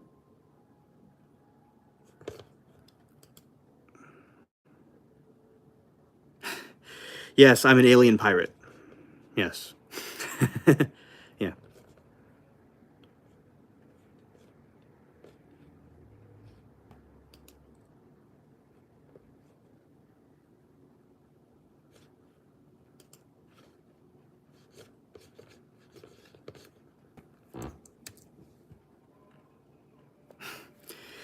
Yeah, or I'm an alien pirate.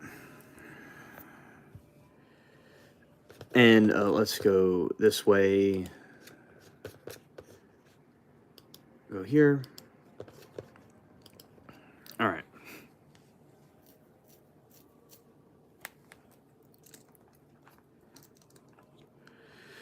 Okay, so now we're going to be looking into some of these things. Yeah, so yeah, basically with the jellyfish sting, which was the one that something I want to look to tell you all about is, let's see,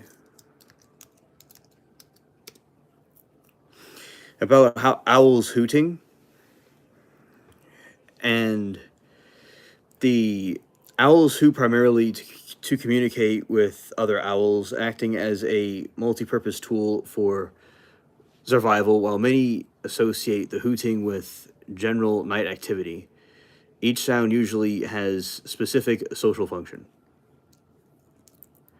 All right. So these are some of the reasons why the owls like to hoot, which we see quite frequently. All right. Marking the territory. This is the most common reason a hoot serves as a non-trespassing sign, warning other owls to stay away from the claim of the hunting or nesting area. And finding a mate. During the breeding season, the males hoot to attract a female species. Even duels where male and female hoot back forth to strengthen their pairing bond. Hello, Zoomy. Welcome to the stream.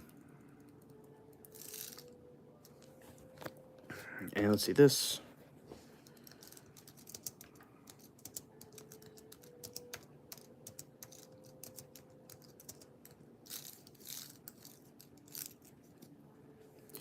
Zoomy, hope you're doing well. And owls are most vocal, let's say, at 3 a.m. because it falls in their peak period of nocturnal activity. Although they are often being hooting around dusk, their communication tends to intensify during the middle of the night for several biological and environmental reasons. Okay, so reasons being is peak hunting, activity for strictly nocturnal species like barn owl, barred owl, and the hours between midnight and 2 a.m. are often the busiest, hooting at 3 a.m. and essentially the mid shift of the workday.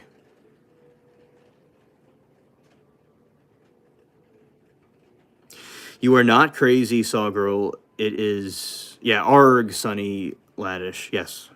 Yes, arg. And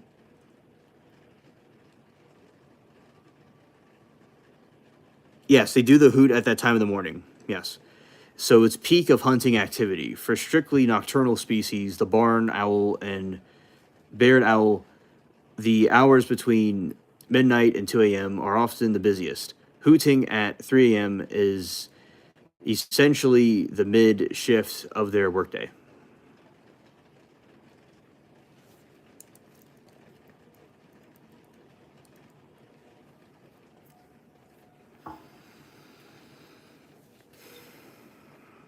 All right. Tone says, remember on rainy afternoon, I looked out in the window and watched the rain, and I noticed a small barn owl on the roof ledge. I'm gonna read this in my narration voice.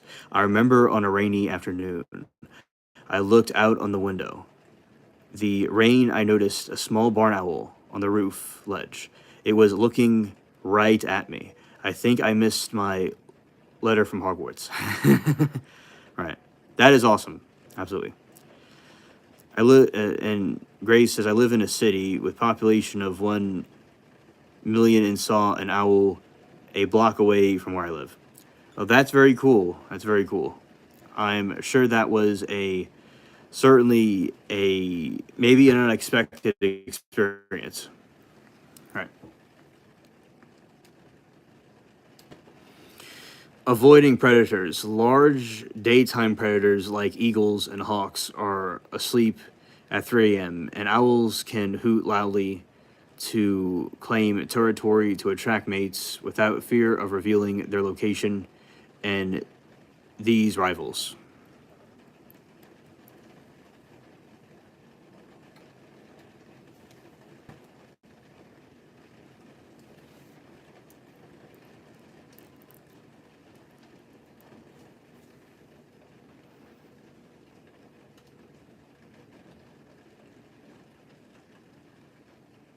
Oh, really? Notice, I have not heard of that. Thank you for the heads up about that, though. I appreciate it. Uh, it sounds like, definitely in folklore. I'm sure it probably can turn into a skinwalker if it wanted to. Cool. Greeted. She lived in Orange County, California, a little called Mission Vejijo.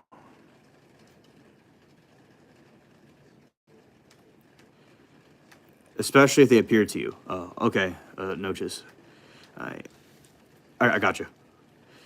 And Gray says, Tone, I once stared at the sky in celestial meteor shower.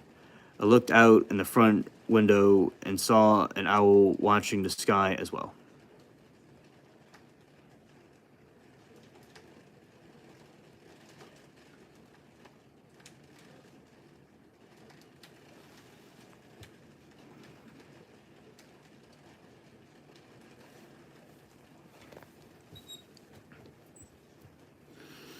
Yeah, similar to Skinwalker. Oh, okay. Thank you, Noches.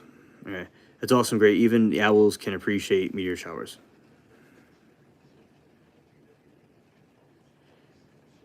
So, when I once stared up at the sky watching celestial meteor, sure, I looked at the window and saw an owl watching the sky as well. His neck looked broken as far back. Oh, that is magical. That's magical. Reminds me of the wizards and stuff like that because they're depicted with owls. I like that story.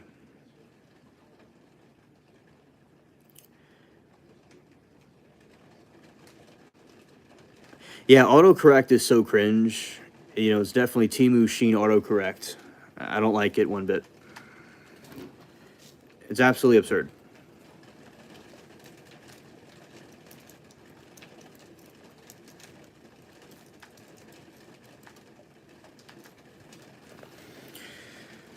Winter nesting season. Many species, like the great horned owl, begin courtship in late fall or winter when nights are longest.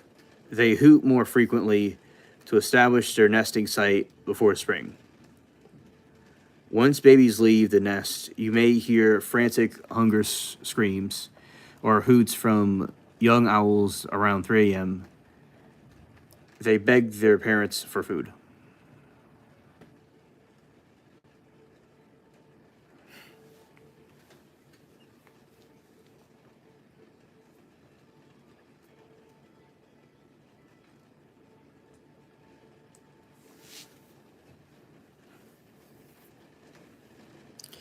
Oh, okay, thank you. That is Jolly Roger behind me. The skeleton right there. It's Jolly Roger. Yes, not notice. I believe that they have a strong symbolism of wisdom. Athena is known to have an owl as her symbol. You're welcome.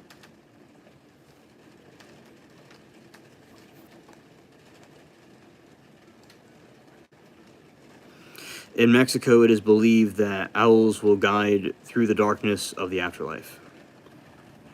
Interesting. Interesting. Yes, Sonny, it's raining. Sunny land. It is raining, and that's what y'all are hearing right now. That's what was going to happen to me if I didn't come in right away. And that's why this hat I'm wearing would have, you know, the water would have been like a gutter. It would have gotten the water off my head.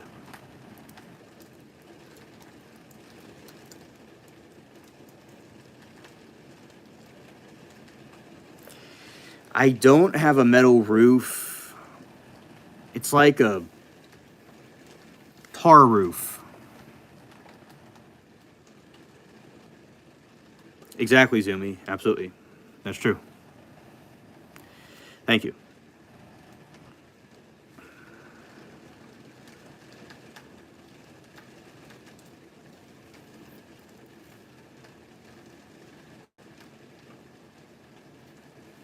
Oh yeah, there is lightning. There is lightning happening too at the same time. The lightning is flickering in the background. Now there is a metal roof, maybe a metal thing right there. It's kind of like an awning. There's metal awnings, but there's not a metal roof.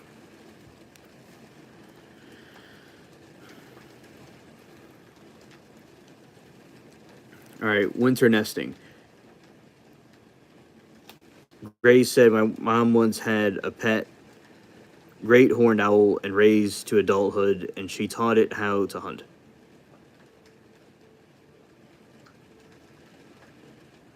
That is so cool that she was able to teach it how to hunt.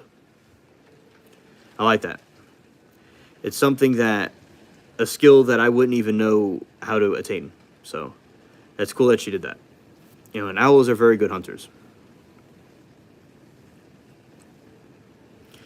Spring fledging, once babies leave the nest, you may hear a frantic hunger screams or hoots from young owls around 3 a.m.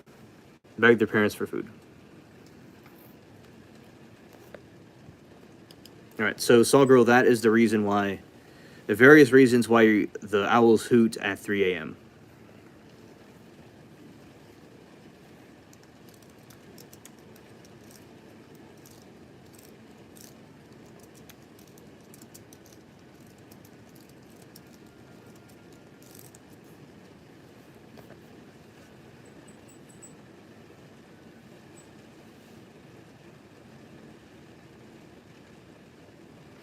Yes, you are not insane. Yes, facts. All right. Noches says owls are not known to listen to humans. That's awesome. Let's see. Uh, yeah, exactly. Like that's incredible. That thing right there is something I made when I was like 3 in like pre-K, and it's still uh, hanging in there. Yeah. So it's that one is an OG backdrop.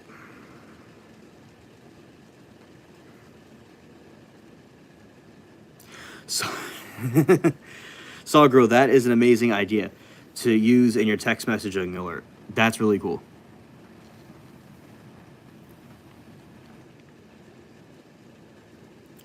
To have that as a text message alert, very cool idea.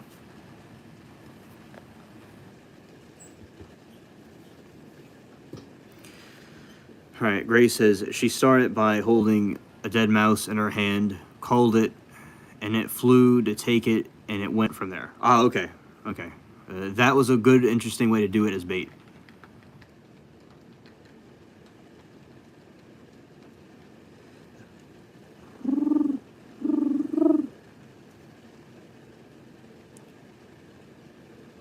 Yeah, that is a cool text message tone to have, definitely. All right.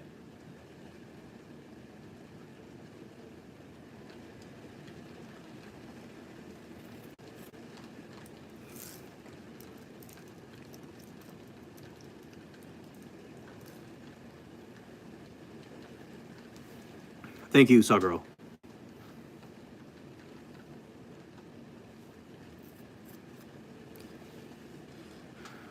And while owls naturally are nocturnal, chickens, specifically roosters, are diurnal, meaning they are supposed to sleep at night. And 3 a.m. they're usually crowing for biological or disturbances, which I think they're doing it because it's their biology. All right, internal biological clock. Roosters don't actually need the sun to know when it's morning.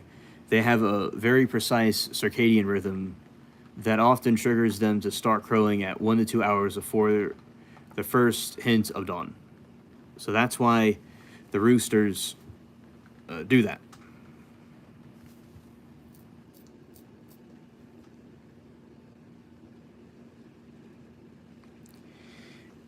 And light sensitivity. Chickens see light differently than humans. They can set off by artificial lights and street lights. The car headlights or even the porch lights turned on a bright full moon is also enough to trick a rooster into thinking its day's time started.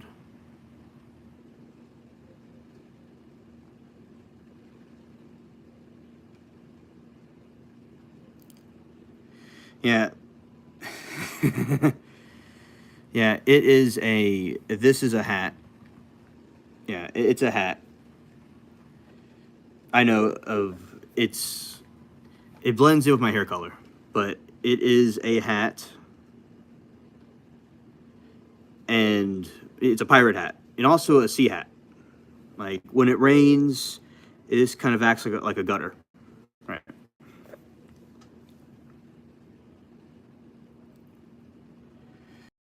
Okay, and I remember year 3 school library zookeeper paid a visit and showed us an owl, teach us a bit about it.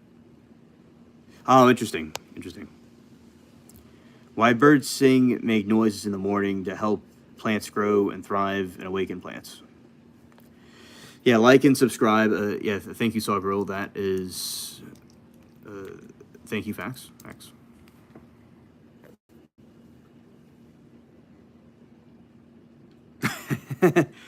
Oh, Borat. I know what you're talking about, the Jimmy Neutron haircut. Yeah, I could definitely see like the kind of style he had.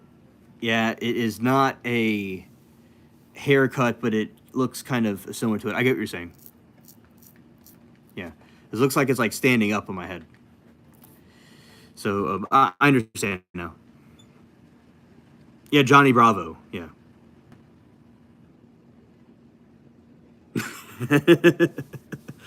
Yeah, and it definitely looks like Jimmy Neutron.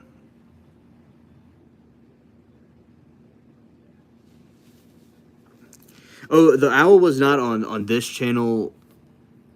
It was something Saw Girl experienced. But there was chickens earlier. There was a rooster crowing earlier that happened. Yeah. No, that's not my last name.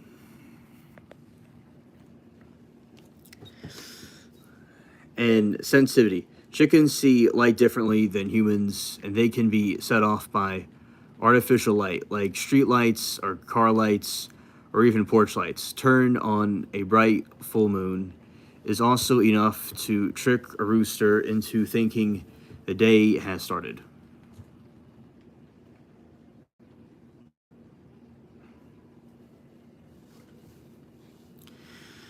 Predator alarm. If you hear screaming loud squeaking instead of rhythmic crowing, it's often an alarm call. So what we were hearing is the rhythmic crowing is the chicken saying, "I'm the boss, and the day is starting soon." Internal clock. Loud shrieking, predator alert, everyone waking up. Soft, cuckling purring, gentle communication, dreaming while they sleep.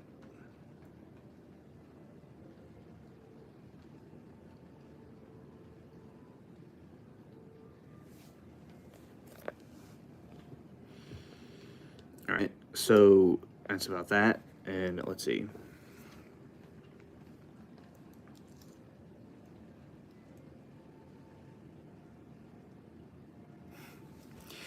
Yes, they feel disrespected. They see roosters.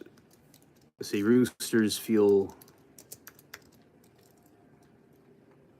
right.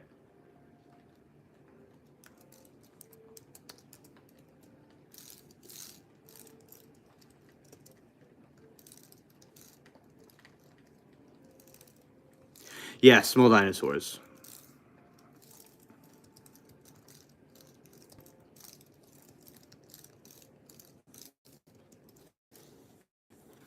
Swans, you wouldn't think swans would be like that, but it's not surprising because they're supposed to be like elegant and peaceful, but that's the very thing that probably would be like that.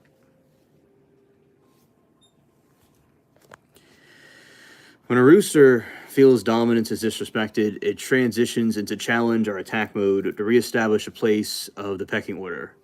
The behavior is driven by survival instincts, as the alpha rooster is biologically programmed to be the sole protector of the flock.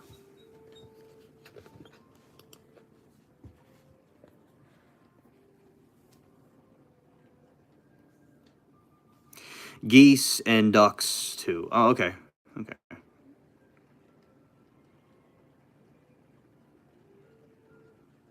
Bro, I look forward to hanging out with you again. You take care, and, see you in the next one. Have a good night. Thank you for coming, Gray. Very pleasant conversation. Shout out to Gray. All right. Swan and Grease have broken arms and legs. Wow.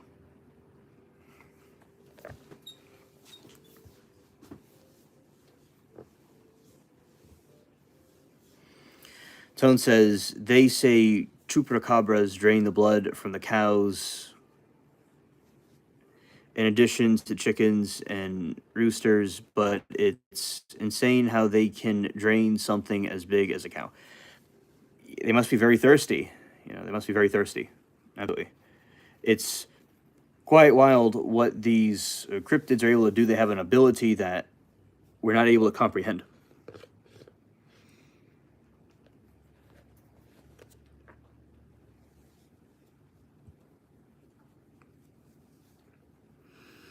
Raised hack feathers. The feathers around his neck stand up, making him appear much larger and more threatening. Wing shuffle. He may drop one wing to the ground and skitter sideways toward you. Stomping. Head shaking and rhythmic foot stomping, intense head shaking while keeping his eyes fixed on you. Amen, Grays. Happy Easter to you as well. And blessings to you. All right. Tid biting.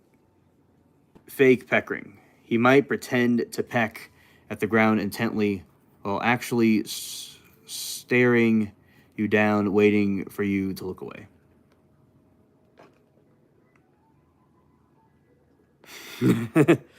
Yeah. They have Timu Thirst.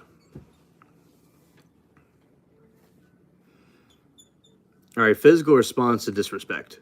Charging. Running directly at your heels, especially when your back is turned. Flogging. Jumping and flapping its wings violently against you to batter you. Spurring. Using the sharp, bony prostrans in the back of his legs to kick and gouge. Crowing battles.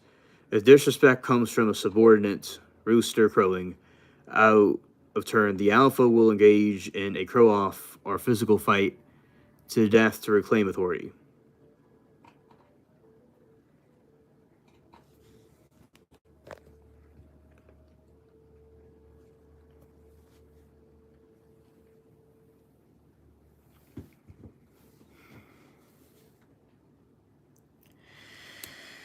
Hello, mate.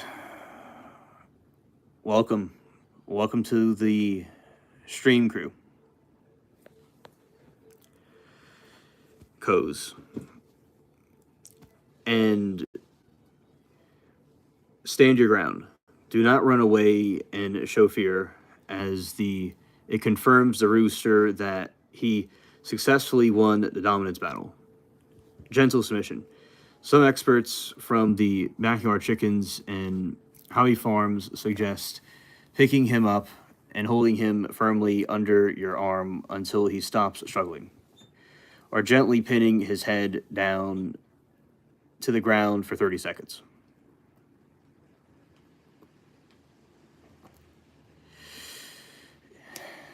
Yo ho, mateys. Welcome aboard. Yeah. So use the barriers. If you must enter the coop, carry a shield like trash and lid to rake and keep the distance between you and the spurs.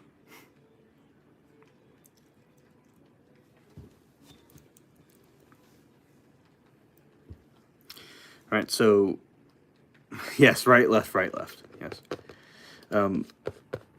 So that's how chickens show dominance.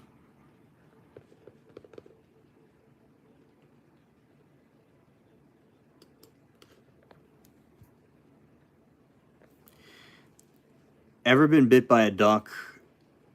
I have, when I was a little girl, and that was traumatic. Oh, I'm sure. You see, when I was a kid, actually, I was a duck chased me when I was feeding it, and bro was intimidating, so I could understand the wrath of the duck. And another thing that happened to me is that I had an incident. Where a peacock chased me when I was in a baby stroller when I was with my mom, and we had to run. She had to run really fast because the peacock was chasing us. So I didn't get bit, but I had some episodes with ducks.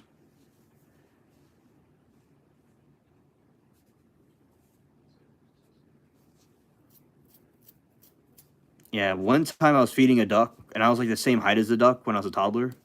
Bro was like charging at me. Bro was like, "Nah, cuz you was in the wrong hood. I was on the wrong turf."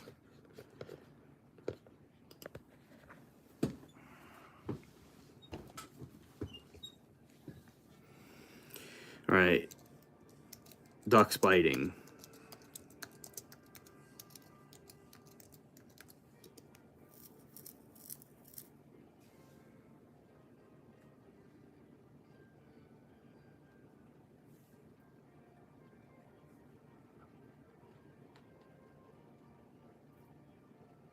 Yeah, I would imagine. Yeah, it's definitely scary.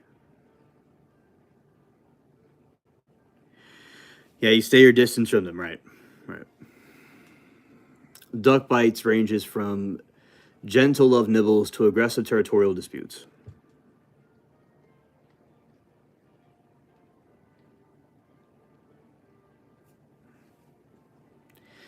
And a deep meaning depends on entirely on the intensity and context of the bite.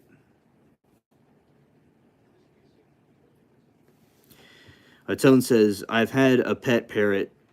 I was bitten and said parrot many times, not fun." Oh, wow.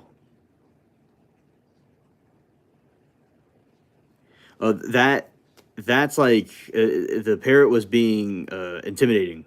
It was like not even caring. Yeah, definitely not fun.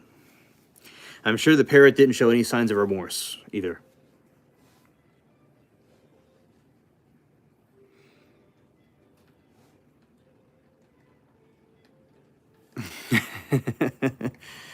A fat hamster. Yikes. That's really something. Yeah. I could imagine it was ugly. Yeah. It was an ugly bite.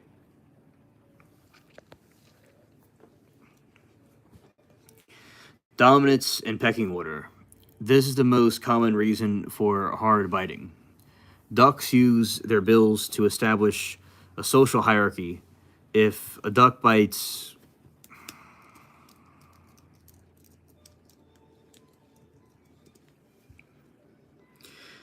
common reason for duck biting uses their bills to establish social hierarchy. If a duck bites you and you move away, they believe they have successfully won the spot of the alpha of the flock. So if the duck bites you and you kind of like put your hand away, the duck wins the alpha contest.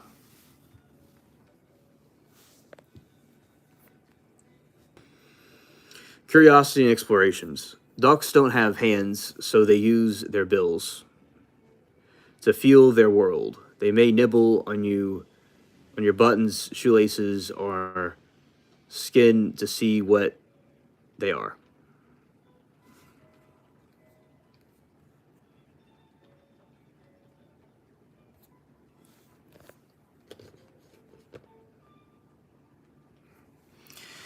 Okay, and Sawgirl says, I fell into a cholla cactus. Yikes. When I was about 10 years old, my brother sped by me on his bike and I fell. I was covered in thorns, little spikes. Sawgirl, that had to be extremely painful and really, really harsh. But yeah, that is something not nice to happen. Ouch. Definitely.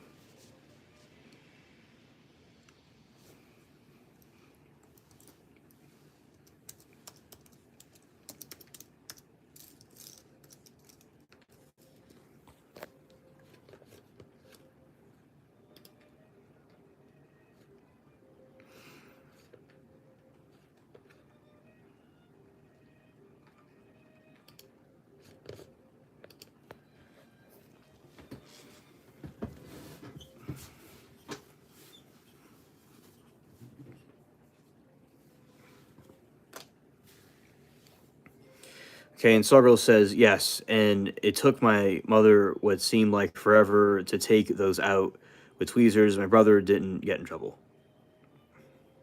Wow. Yikes. Yeah, that had to be horrible. That had to be like creepy and horrible at the same time.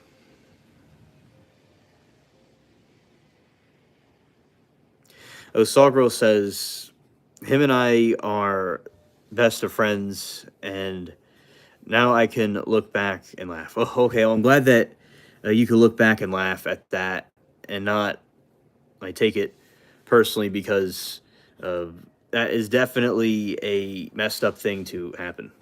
Yeah, so I'm glad things are better with y'all both now.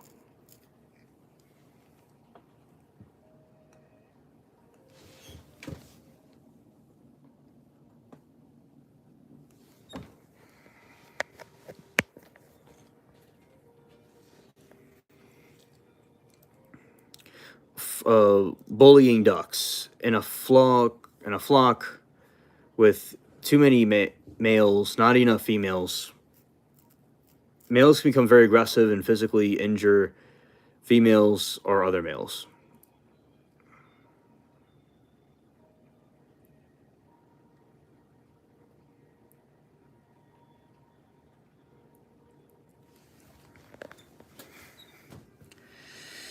All right. So, Saw Girl, that's a very good question. Now, I do hydrate myself. I was taught, okay, this is how it works. There's other streamers that, bigger than me, that I'd say I've learned from growing, coming up on YouTube. And they never ate or drank anything on stream. And there's certain, ways of doing this. And I also want to give the same courtesy to all of you by not, having drinking water, you know, nothing wrong with doing that on camera, you know, or eating something which I wouldn't really want to do here on the stream. So this is what happens. I hydrate myself before the stream. And say when I'm not live, I hydrate myself. And those are the times where I'll eat. But now, when we do those trial lives during the daytime, I sometimes skip a meal, or you know, I hydrate myself before it. Yes, I had to take the lid off. Yeah, you caught me there. I wasn't really drinking the water like it looked like. So yeah, I just have a lot of resilience and discipline, and I do it at different times when not on the stream, because I believe the stream is a delicacy that must be done properly without whatever personal feelings for me is either. And I also don't really like use the restroom or anything either on the streams. I just go straight through. Yeah. So I guess like when I'm not on, I hydrate and eat. And say if like during a live stream like the trial stuff we cover, I'll sometimes not eat something. And but usually that's why I'm not like passing out or whatever, because I'm doing it where yeah, if I hydrate myself a lot beforehand and then get into it, like kind of like a mini fast. That's what it's like with the streams. And I'm so animated and focused on the content that I'm not even really thinking of eating or drinking anything. Like, I'm just like hyper laser focused on the stream itself. Like I don't even feel the desire to eat or drink anything while we're live.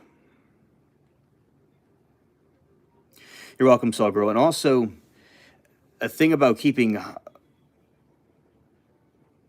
Oh, thank you, Sunny Laddish. And you see, I could talk the whole time without drinking water. Because you have to. I do it a certain way before the live streams so I can talk without having a problem. Because remember, I'm talking for sometimes hours and hours, but I can do it without drinking water. Mm-hmm. And yeah, it's certain techniques I learned from other people, other streamers, and what equity to have on a live stream. And the viewer is most important. Just like we were talking earlier, there's no ads on these streams because I wanted the user experience to not have ads, because I think it's annoying to watch something with ads in it. So I want to make sure the stream is cool. Oh, thank you, Noches. I appreciate it. And I appreciate all of y'all, the regulars and lurkers and new people too, that are here. Y'all, we're making a great team, and I really enjoy our conversations. So I appreciate y'all being here as well. Let's see here.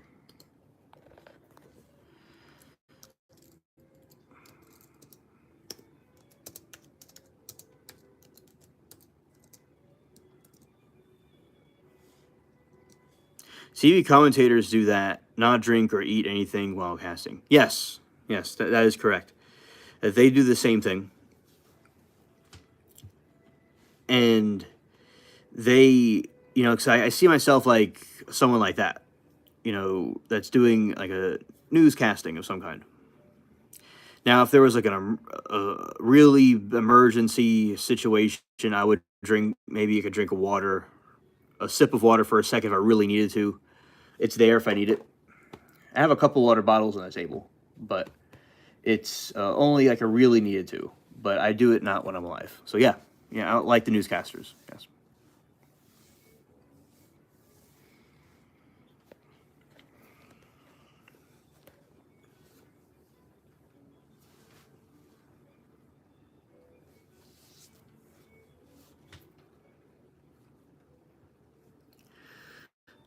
Okay, so when ducks are mean, it's when they're being aggressive.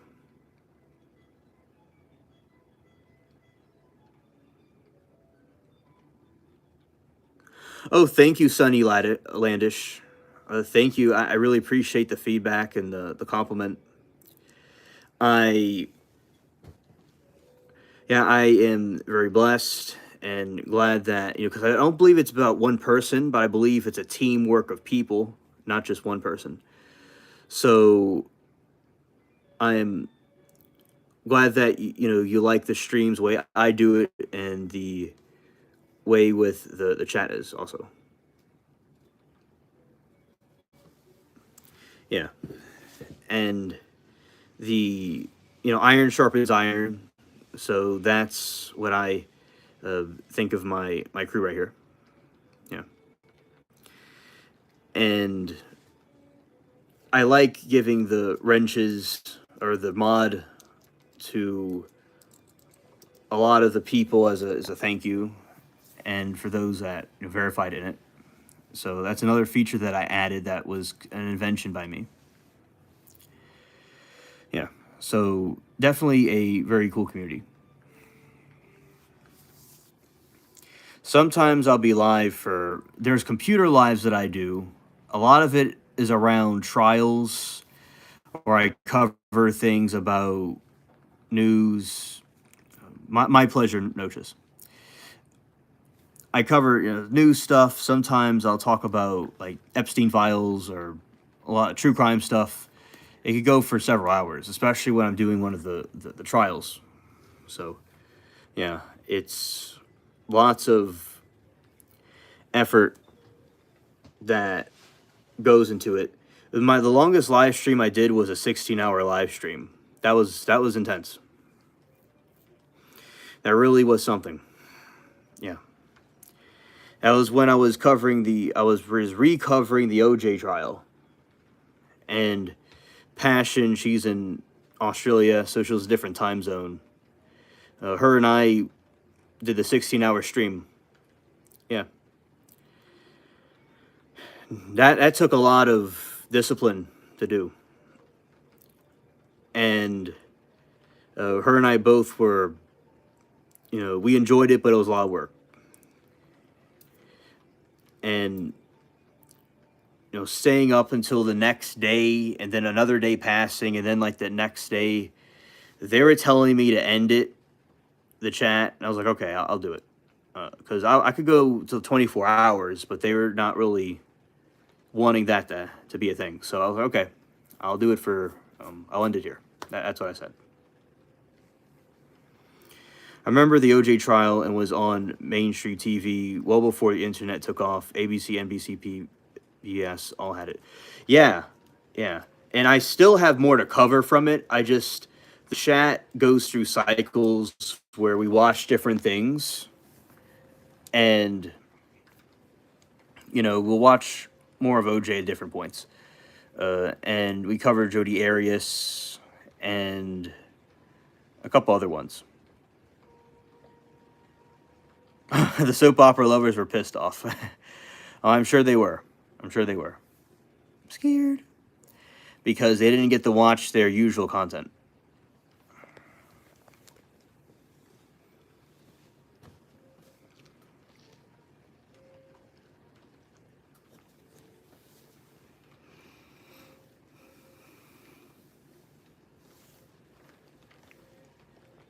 Scared. Scared. Scared. Scared. Yeah.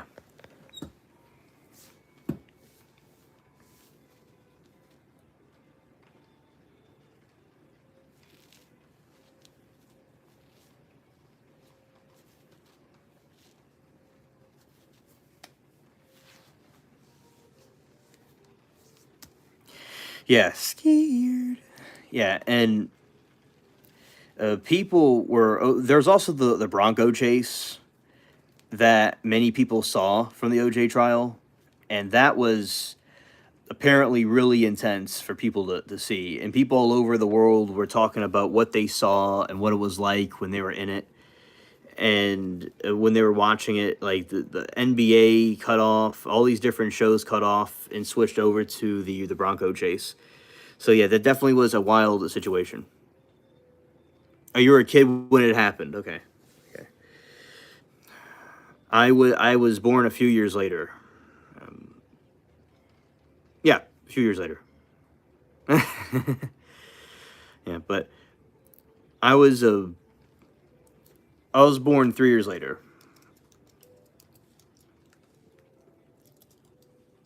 And it definitely the trial of the century. It was one of the major trials that was covered on television.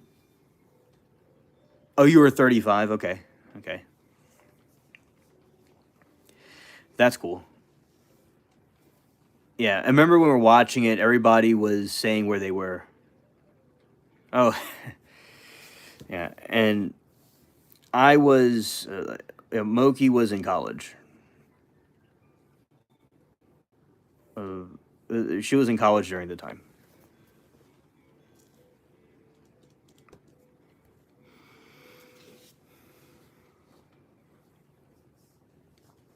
Yeah, if the glove don't fit, you must acquit. Yeah, by Johnny Cochran.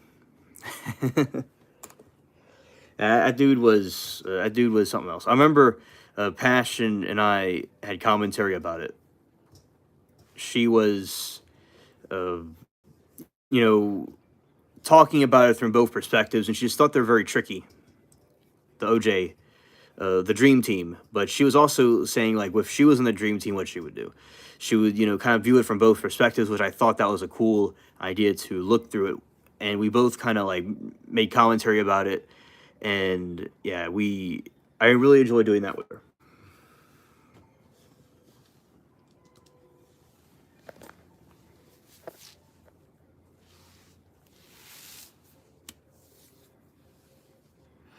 If the flea markets, the mid '90s was something else. Yeah, yeah.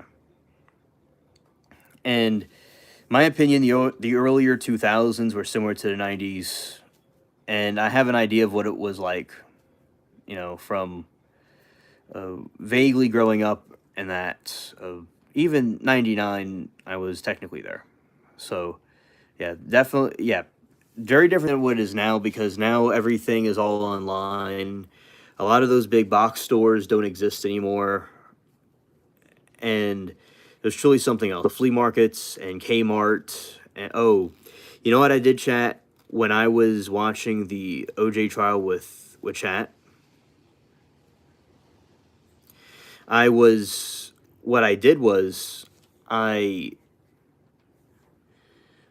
I would say Kmart and Sears and Dollar Tree instead of Timu and Sheen. I say Timu and Sheen a lot instead of saying Kmart, Dollar Tree, and Sears as like a because that's what it would have been like if I was back in the '90s. That's what I would have used as a roast. I would have been like, oh, that's a Dollar Tree defendant, a Dollar Tree lawyer,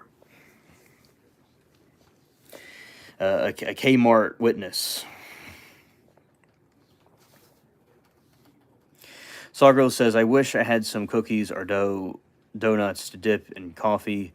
I'm getting tired of just drinking coffee. I'm getting hungry. Well, you need to get some of the pink. You see, what I like to see is pink donuts. That's something I've always thought was cool because that's like a classic that the cops eat from what I saw from SpongeBob. Yeah, the pink donuts or the chocolate donuts are good. So those variety of different colors, and the regular kind is good too. Now, personally, my favorite donut is Chris. People might disagree with me, but my favorite donut is Krispy Kreme.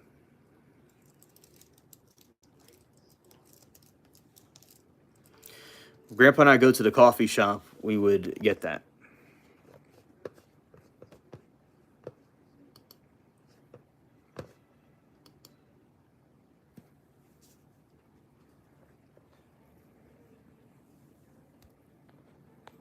You see, there's the pink donuts.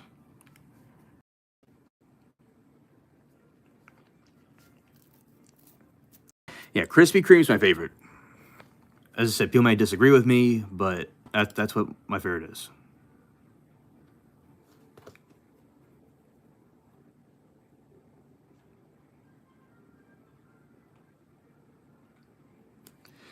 Oh, that is awesome. I'm glad that you like Krispy Kreme too. Yeah. Which I got it's been a while since I've gotten that. Like I would get like spectacular like at the pink donuts. I mean not the pink donuts is cool, but the donuts from Krispy Kreme. I was like yes. Yes. Jaggermeister, so good. Sawgrove, very delicious, very delicious.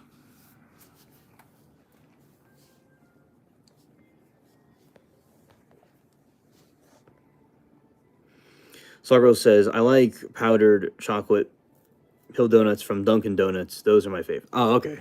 Okay.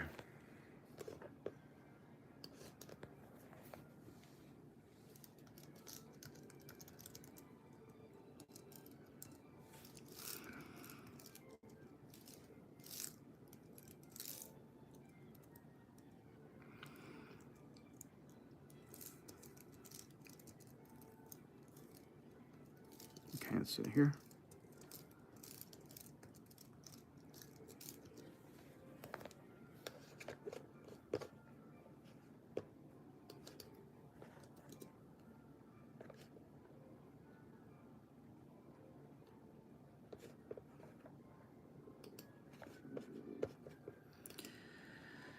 All right, let's go here.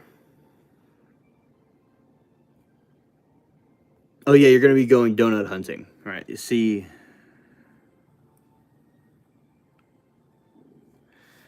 And that's the inside is chocolate filling, and that's the outside part.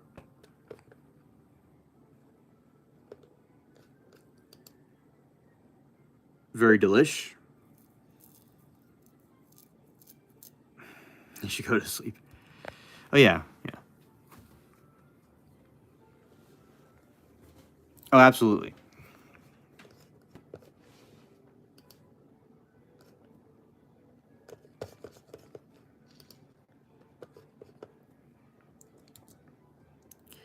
Yeah, the Dunkin' Donuts are very good too.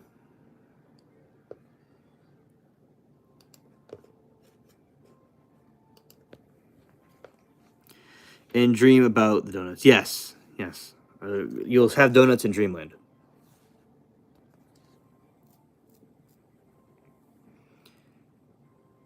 Yeah, see, this is some other chocolate with sprinkles with Dunkin' Donuts.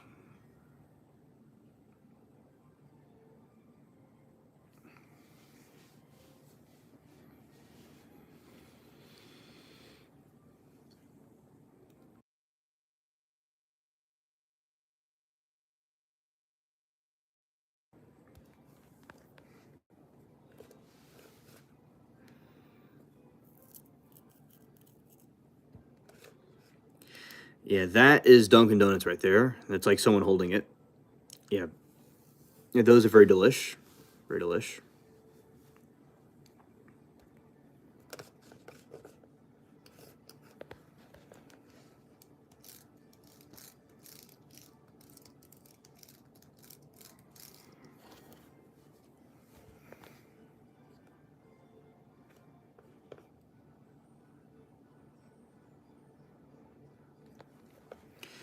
Okay, Sunny Landish says, always a pleasure. Hope y'all have a good day. Take care. Bye for now. Okay, Sunny Landish, happy Easter. Blessings to you. Have a good time in Dreamland. Okay. And Sawgirl says, sorry, I didn't mean to get you off track, the other subject, but thank you. That's very nice of you to acknowledge. Oh, yeah, my pleasure. My pleasure. I really like doing this for y'all, and, the conversation to go down rabbit holes it needs to go down.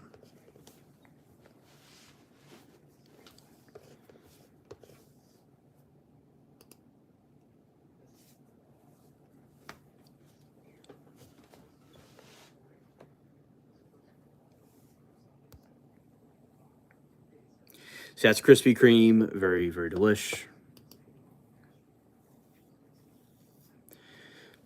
And this right here.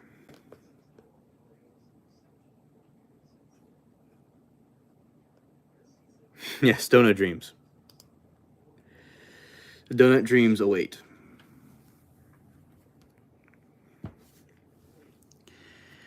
It's like all you need. It's like all you need is donuts.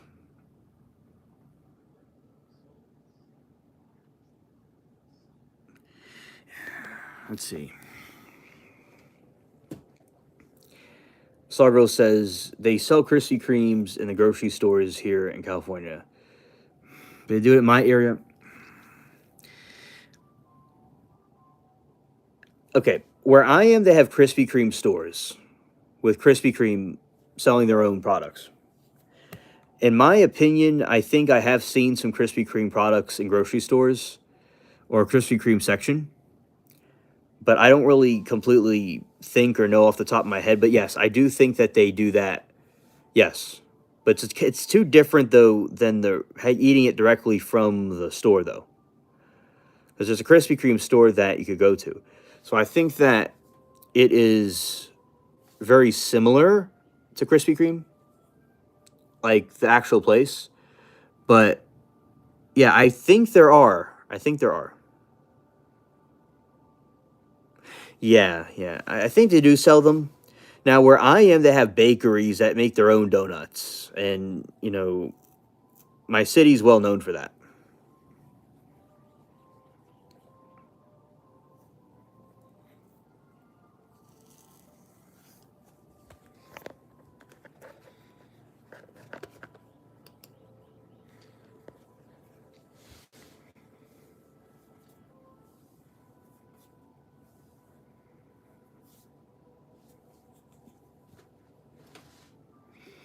There's lots of bakeries here too. They sell their own donuts, and those can be delicious too. Yeah, I personally like Krispy Kreme though. Now, I'll do stuff like that. Like, I like Krispy Kreme. Although, like, the locals stuff has cool donuts in there. I like the stuff from Krispy Kreme the most. And yeah, as I said, I don't know. I think Krispy Kreme has their own store, but they do have in other places their own things. I mean, it's still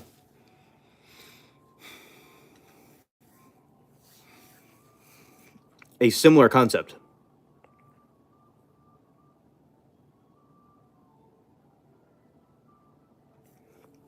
So you see, saw a girl, a great minds think alike.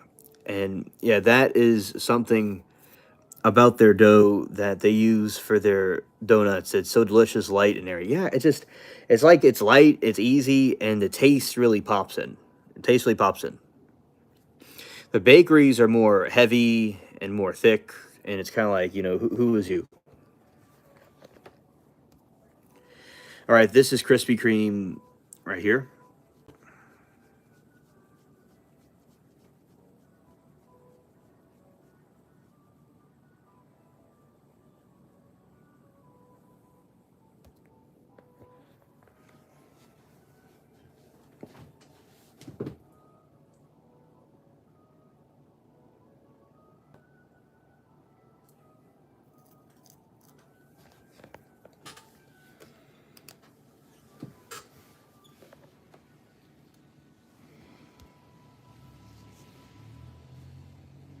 Yes, yeah, yeah.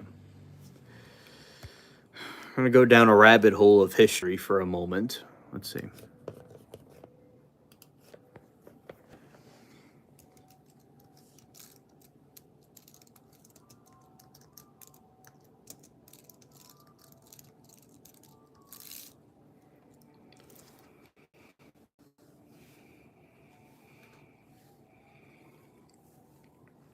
Whoa.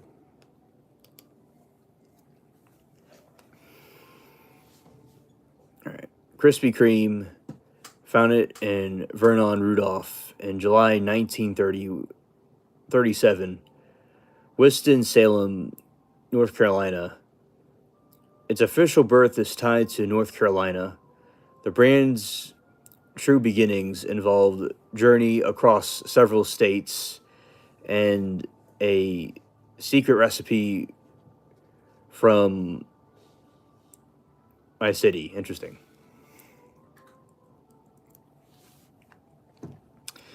Foundation of the brand is the secret East raised donut recipe. According to the company history, Rudolph purchased the recipe from the chef Lee Boeuf in 1933. Well, I'm not surprised it came from there because it certainly tastes magnificent. Original ingredients. Early versions of the recipe reportedly included unique ingredients like mashed potatoes, fluffed egg whites, and skim milk. Krispy Kreme reportedly came from the recipe itself. Louisiana.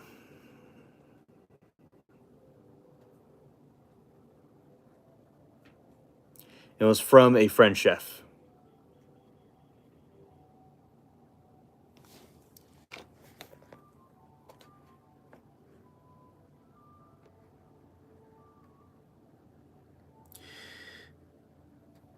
Yeah, it was in North Carolina.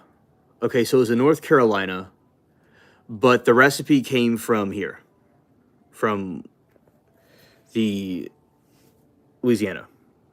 It had to be because the way it tasted and all, it was too magnificent to just be something from like Timu.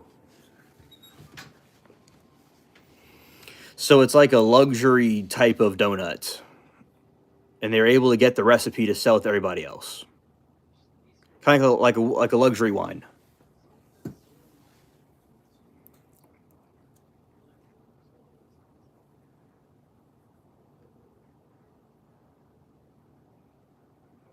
Yes, that is true. That is true. And I remember it came from the city, but like I wasn't completely. I had to like go back and look it up.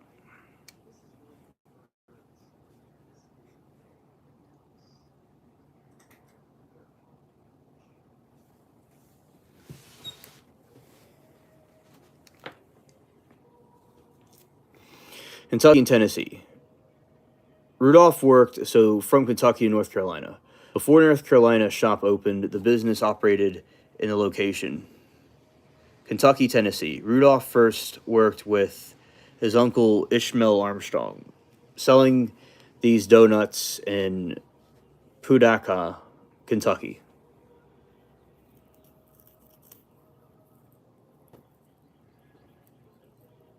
You can't decipher the taste difference. Okay. It tastes more smooth and more powerful than the regular type of donuts. The regular type of donuts have more of a blander taste to them. But yeah, definitely need to try it again. Rudolph was first worked with Uncle Ishmael Armstrong, selling these donuts in Paducah, Kentucky, and later Nashville, Tennessee. The move to Winston-Salem, 1937, Rudolph decided to start his own venture. He chose Winston-Salem because he was a fan of the Camel cigarettes, which was headquartered there. He believed the city's thriving tobacco industry would provide a good customer base. I don't smoke anything, but Camels taste more natural and less like chemicals.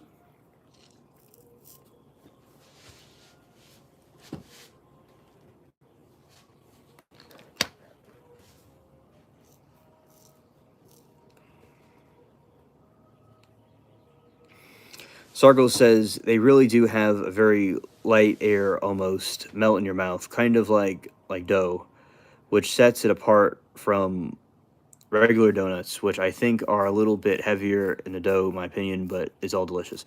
Yeah, the other types of dough is very heavy, and the Krispy Kreme is just light and easy.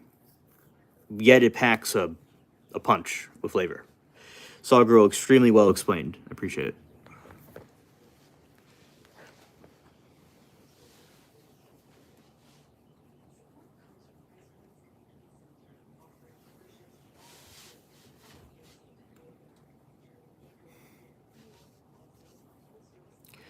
To accommodate these customers, Rudolph cut a hole in the outside wall of the building and began selling original glazed donuts directly to people on the sidewalk. This created the retail experience the brand known for its today.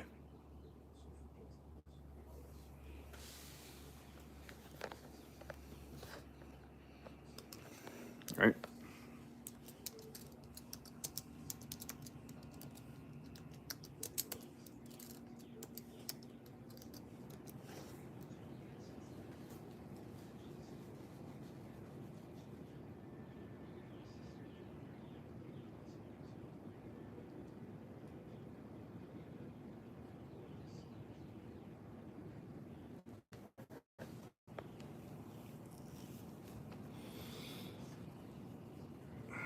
The original glazed. This is popular Krispy Kreme flavor and a foundation of the brand's identity. Since 1937, this yeast raised donut has been the top seller, especially in the well purchased hot now directly in glazing it.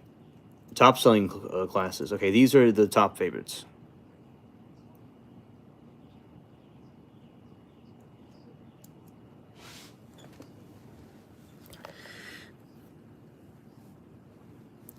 Yeah.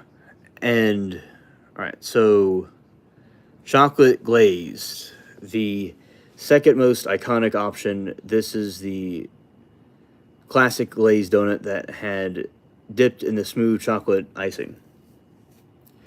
Chocolate iced custard filled, often compared to Boston cream. This features a creamy custard center and chocolate topping. Raspberry filled. The most popular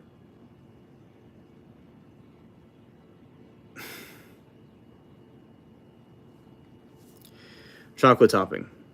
Raspberry. The most popular fruit filled option. It balances the sweet glaze with a tart of raspberry jelly.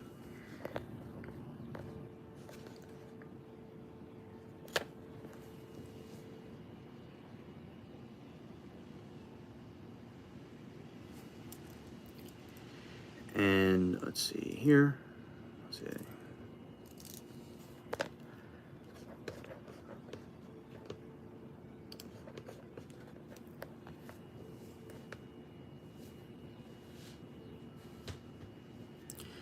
Yeah, this is me. hmm And right, this is a pirate hat because of the. I figured with the rain, it would help if I got rained on. So I've worn this sometimes. I wear it. Yeah, but this is because usually you see me with the garden part, but this is me inside with the. All right. I appreciate the hearts. Thank you. And the most popular fruit filled option, it balances the sweet glaze with the tart raspberry jelly. All right. Glazed cream filled. A version of the original glazed donut stuffed with Krispy Kreme's signature cream. And the chocolate with sprinkles. Yes. Appreciate the compliments. Thanks, chat.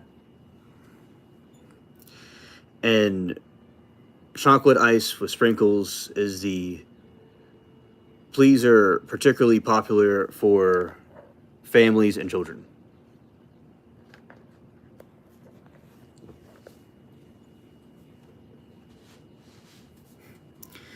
Krispy Kreme is also known for a limited hype flavor that often became bestsellers during the run. Reese's Classic, a top tier specialty donut filled with peanut butter, cream, and dipped in Hershey's chocolate icing. Well, I'm glad that they explored these other types of flavors. That is good that they did.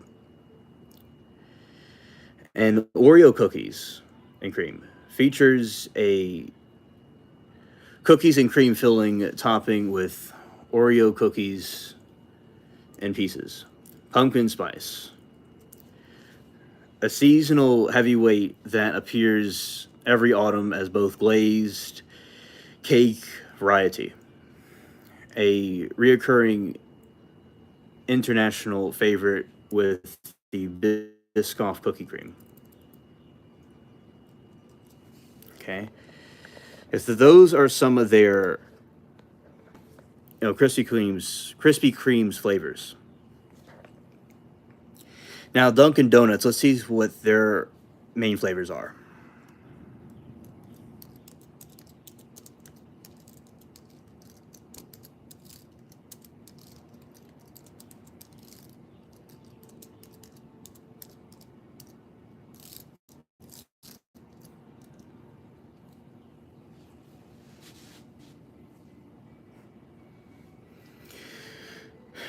The most famous Dunkin' Donut flavor is the Boston cream and glazed donuts.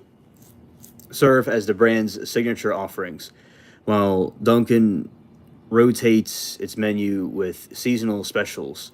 These classic remains the top sellers year round.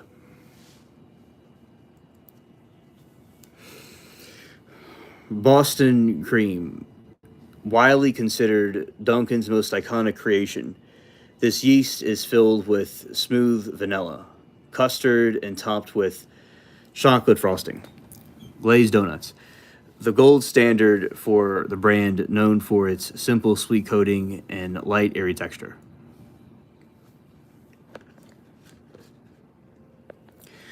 Chocolate frosted and perennial favorites, especially the version topped with rainbow sprinkles, which is top ordered item for families. Strawberry frosted, with sprinkles often cited as a crowd pleasure for its bright color, intense sweet strawberry icing. Old fashioned dense cake style donut design specifically for dunking into coffee. Blueberry cake, a popular alternative to frosted donuts. This cake based variety is flavored for its moist texture and fruit inspired flavor.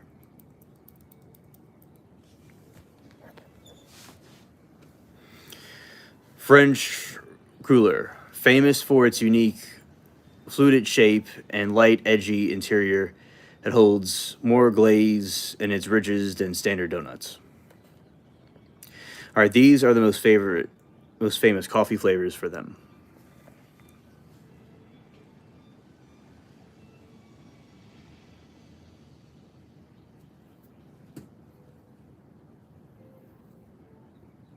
Oh, they are. They are. Oh yeah, that's nice. Caramel swirl, consistently the number one most popular coffee add-in available for both hot and ice drinks. French vanilla swirl, a staple flavor that remains a top-selling choice for the lattes and standard coffee. Mocha swirl, a favorite for those who prefer a chocolate coffee blend, butter pecan or pecan. They come in the closest to the same kind dough Krispy Kreme uses, except there is more like a holly dough. Ah, okay, interesting. All right.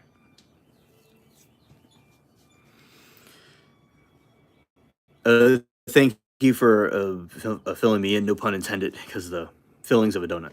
Yeah. All right. Caramel swirl, constantly. Okay, I read that. French vanilla swirl, a staple flavor, remains top selling choice for lattes and standard coffee. Mocha, a favorite for those who prefer chocolate coffee blend. Oh yeah, I read pecan. I read that part. Okay. Current seasonal favorites: banana pudding, cloud latte, a new viral favorite featuring banana cold foam and vanilla custard flavors. Wedding cake, a blueberry cake, munchkin base and festival sprinkle coating. Berry moonlight, a daydream refresher. Popular fruit forward drink with berry and sangria oat milk. Okay. So yeah, those are different coffees. Yeah, I like the different coffee flavors. I think that they are extremely delicious and, nutritious too at the same time.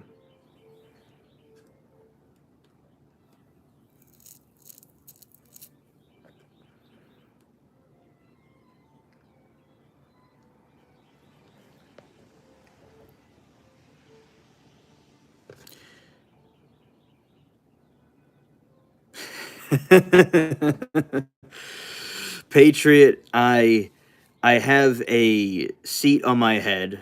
I do, but it has to do with more with a plank than it does more or less with a bike seat. It's certainly a seat that you would have in a lifeboat over a seat you would have in a bike. Uh, this is a pirate hat. It's like a sailor's hat that, like they'll sometimes will have it like this or like this. Well,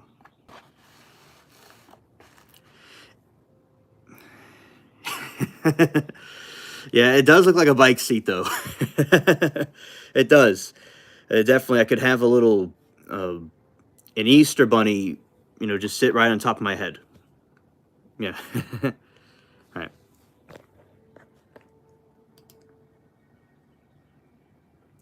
Yeah, arg. Yeah.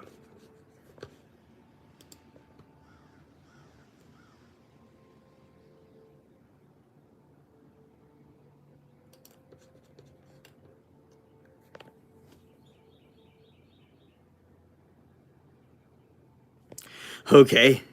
Arg, I will hide a in me bicycle helmet right here. Arg. And see if anybody will find it. Yes.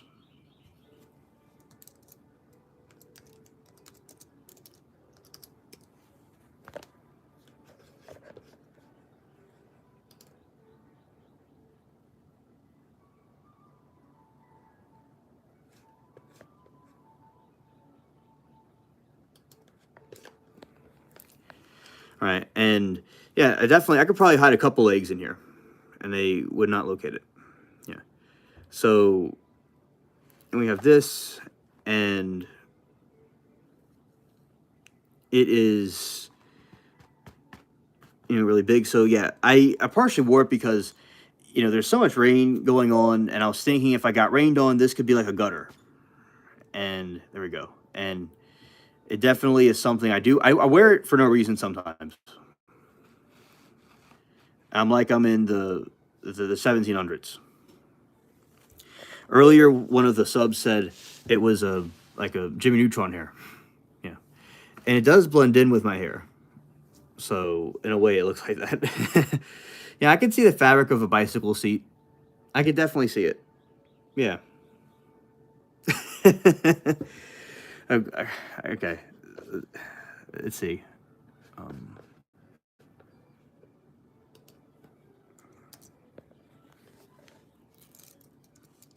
let's see.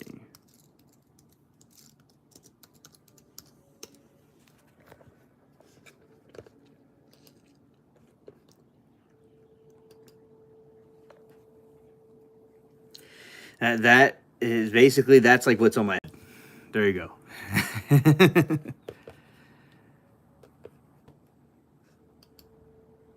There's the alien hat.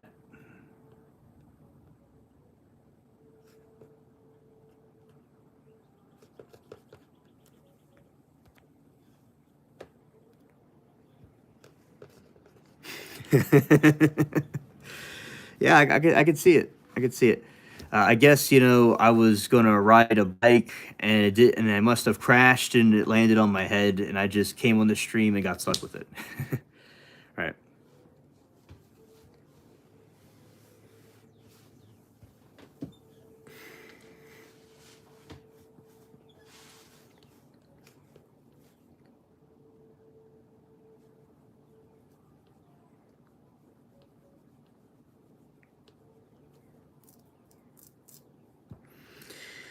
All right. So shout out to the Timu bicycle cap on my head.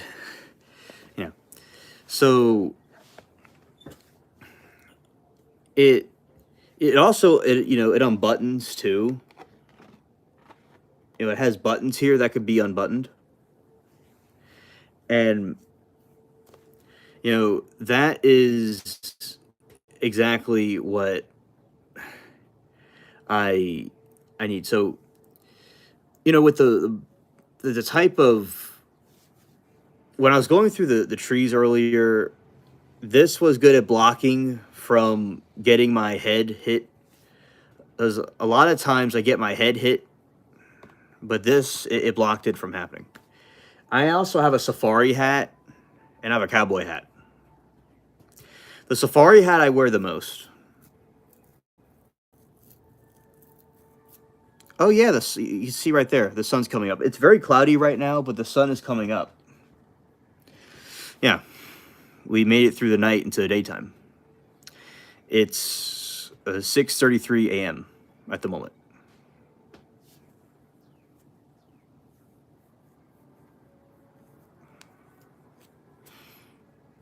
Hmm.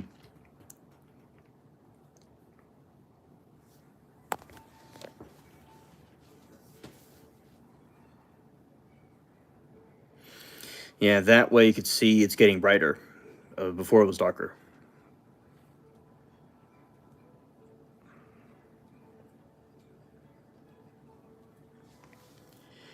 And definitely this hat is, oh, the high seas, the cyber seas. Yeah, this hat is good for.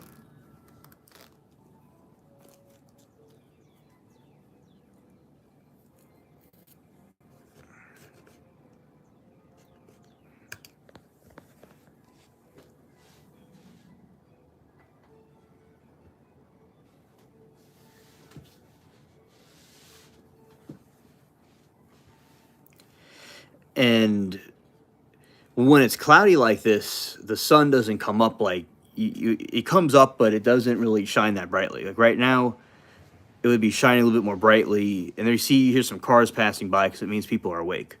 But I don't ever really sleep, so you know I'm just always awake. Yeah,